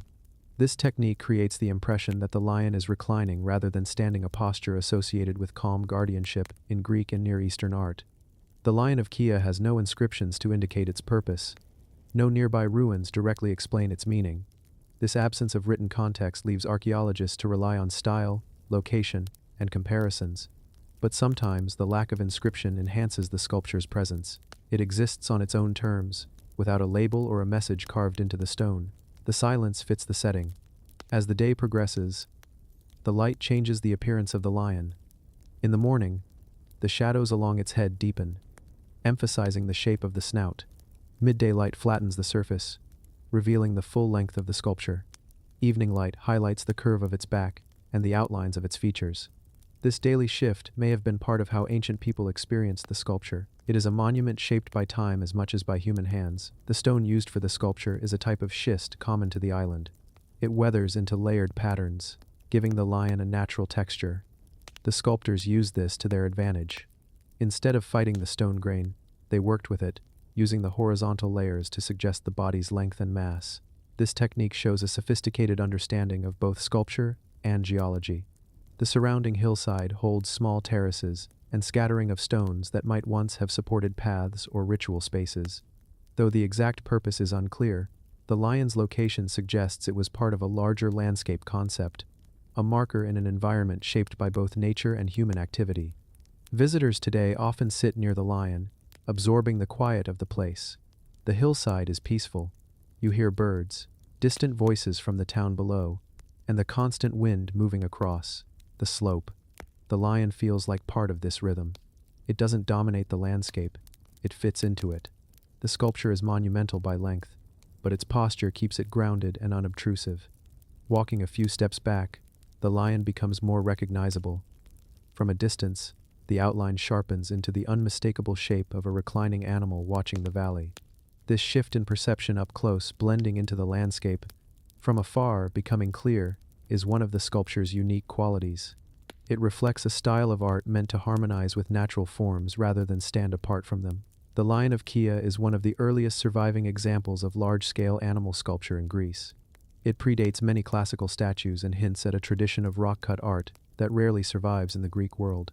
Its survival is partly due to its location. No one ever needed to move it, and no major settlement expansion destroyed it. It was left where it was carved, aging in place. Even after thousands of years, the lion still watches over the hillside. Its meaning may not be fully understood, but its presence remains strong. It is a testament to early Greek craftsmanship, to the desire to shape the landscape into something meaningful, and to the endurance of stone when left in the open air. The Lion of Kia stands today as a quiet guardian of the island, a sculpture that blends with the earth, shaped by people who understood both the difficulty of carving stone and the significance of placing such a figure in a landscape where it would endure long past their lifetimes. The Vijayanagara King's Balance. India, in the ruined capital of Hampi, where the Tungabhadra River winds across a landscape of granite hills and scattered temples, there stands a stone structure that looks almost simple at first glance. Two tall pillars connected by a stone beam. It sits beside an ancient road, surrounded by the remnants of markets, shrines, and palaces. But this construction, known as the King's Balance, once played a ceremonial role that reveals how deeply the Vijayanagara Empire tied ritual, power, and public display together. When you walk up to it today, the balance looks like a gateway. The pillars rise several meters high, carved from single blocks of granite. The crossbeam rests securely on top, forming a giant stone frame. At the center of that beam are three large holes, sockets where chains once hung. These chains held a massive weighing scale, large enough for a king to sit or stand upon. The scale itself is long gone, but the sockets remain, along with faint recesses on the pillars where ceremonial objects were hung. Standing beneath the beam, you begin to understand the scale of the ritual. This was not a symbolic weighing. It was an actual, physical act. The king would be weighed on one side of the scale, while gold, grain, jewels, or other charitable offerings were placed on the other side. Once the two sides balanced, the offerings were distributed to temples, Brahmins, or the poor. This ritual was known as Tulabhara, and though practiced in different parts of India, the version at Vijayanagara was unusually public. The site sits along the old ceremonial route of Hampi, a road lined with markets, processions, and temples dedicated to Shiva, Vishnu, and other deities. The king's balance stands where everyone passing by would see it. This public placement shows that the ritual was not just for the king's spiritual merit, it was a demonstration of generosity, authority, and continuity. In a kingdom as vast as Vijayanagara, such displays helped bind the population together, reinforcing shared beliefs through visible acts. Approaching the pillars closely, you notice how they were shaped. The granite is coarse but worked with precision. The edges are straight. The surfaces show marks of ancient chisels. Decorative motifs appear on the bases, including simple carvings that echo styles seen in nearby temples. The structure is sturdy, anchored deeply into the ground. Even now, after centuries of exposure, it remains upright. The builders expected it to last, and it did. Looking upward at the beam, the 3 chain holes draw your attention. Their depth and width show that the chains were thick, capable of supporting heavy weight. The central hole was likely for the main weighing scale, while the others held lamps, ornaments, or additional balances depending on the ritual. The arrangement suggests flexibility. The balance could be adapted for different ceremonies or festivals. The surrounding area once formed part of a larger complex. To one side lies the old Vithala temple market area, where vendors traded everything from textiles to spices. To the other side are smaller shrines and pathways leading toward the royal enclosure. This placement ensured that the weighing ritual happened at a crossroads of daily life.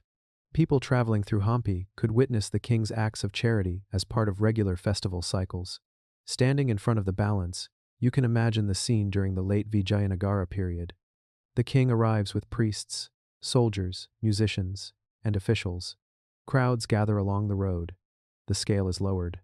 The king steps onto the platform, either sitting cross-legged or standing, depending on the tradition of that era. Priests chant. Ministers place gold coins or grain on the other side. As the scale rises and falls, the crowd watches in silence. When the 2 sides balance, the offerings are weighed, recorded, and then distributed. The balance becomes not just a structure but the center of a ceremony that blends devotion with politics. The king's balance reflects the Vijayanagara belief that rulers held not only political power but moral responsibility. Their prosperity was linked to generosity. The Tulabara ritual symbolized this connection, making the king's body the central measure of the offering. The people saw that the wealth of the kingdom flowed outward during festivals, reinforcing stability and trust. Walking around the structure, you notice how the granite responds to light. In the early morning, the pillars cast long shadows across the ground, giving the balance a monumental appearance. At midday, the sunlight softens the edges, making the structure seem quieter. In the evening, the stone warms in color, blending into the tones of the surrounding landscape. This daily shift may have influenced how the rituals were scheduled. Morning ceremonies would create strong visual impact, while evening ones would feel more intimate. The balance also shows the engineering capabilities of Vijayanagara craftsmen. Constructing such a large stone beam and placing it securely atop pillars required careful planning. The joinery is simple but effective. The weight distribution is precise. Even though the structure is unadorned compared to nearby temples, its stability highlights the practical side of ancient stonework, a mix of geometry, experience, and an understanding of granite's natural fractures. As you move a few meters away, the balance begins to look less like a ritual structure and more like a stone silhouette against the sky. This shift in perception mirrors how locals saw it after the fall of the Vijayanagara Empire in the 16th century. When the city was abandoned, the balance remained in place. With time, vegetation grew around it. Travelers passing through the ruins noted its presence, but did not always understand its purpose. Only through historical records and comparisons with other Tulabara sites did archaeologists identify its role fully. The king's balance stands as a reminder that ancient ritual architecture was not always grand. Sometimes it was functional, a frame, a platform, a set of stones designed for repeated use. Its significance comes not from decoration, but from what happened beneath the beam. Rituals like Tulabara shaped how kings connected with their people and how societies viewed generosity and duty. The surrounding Hampi landscape reinforces the importance of such structures.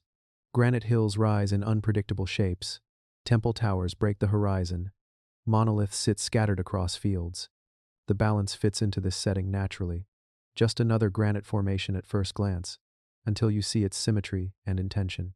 Even after centuries, the king's balance remains one of the most recognizable symbols of Hampi's ritual culture. It embodies the intersection of religion, governance, and public life. It shows how rulers used architecture not just to display power but to reinforce shared values.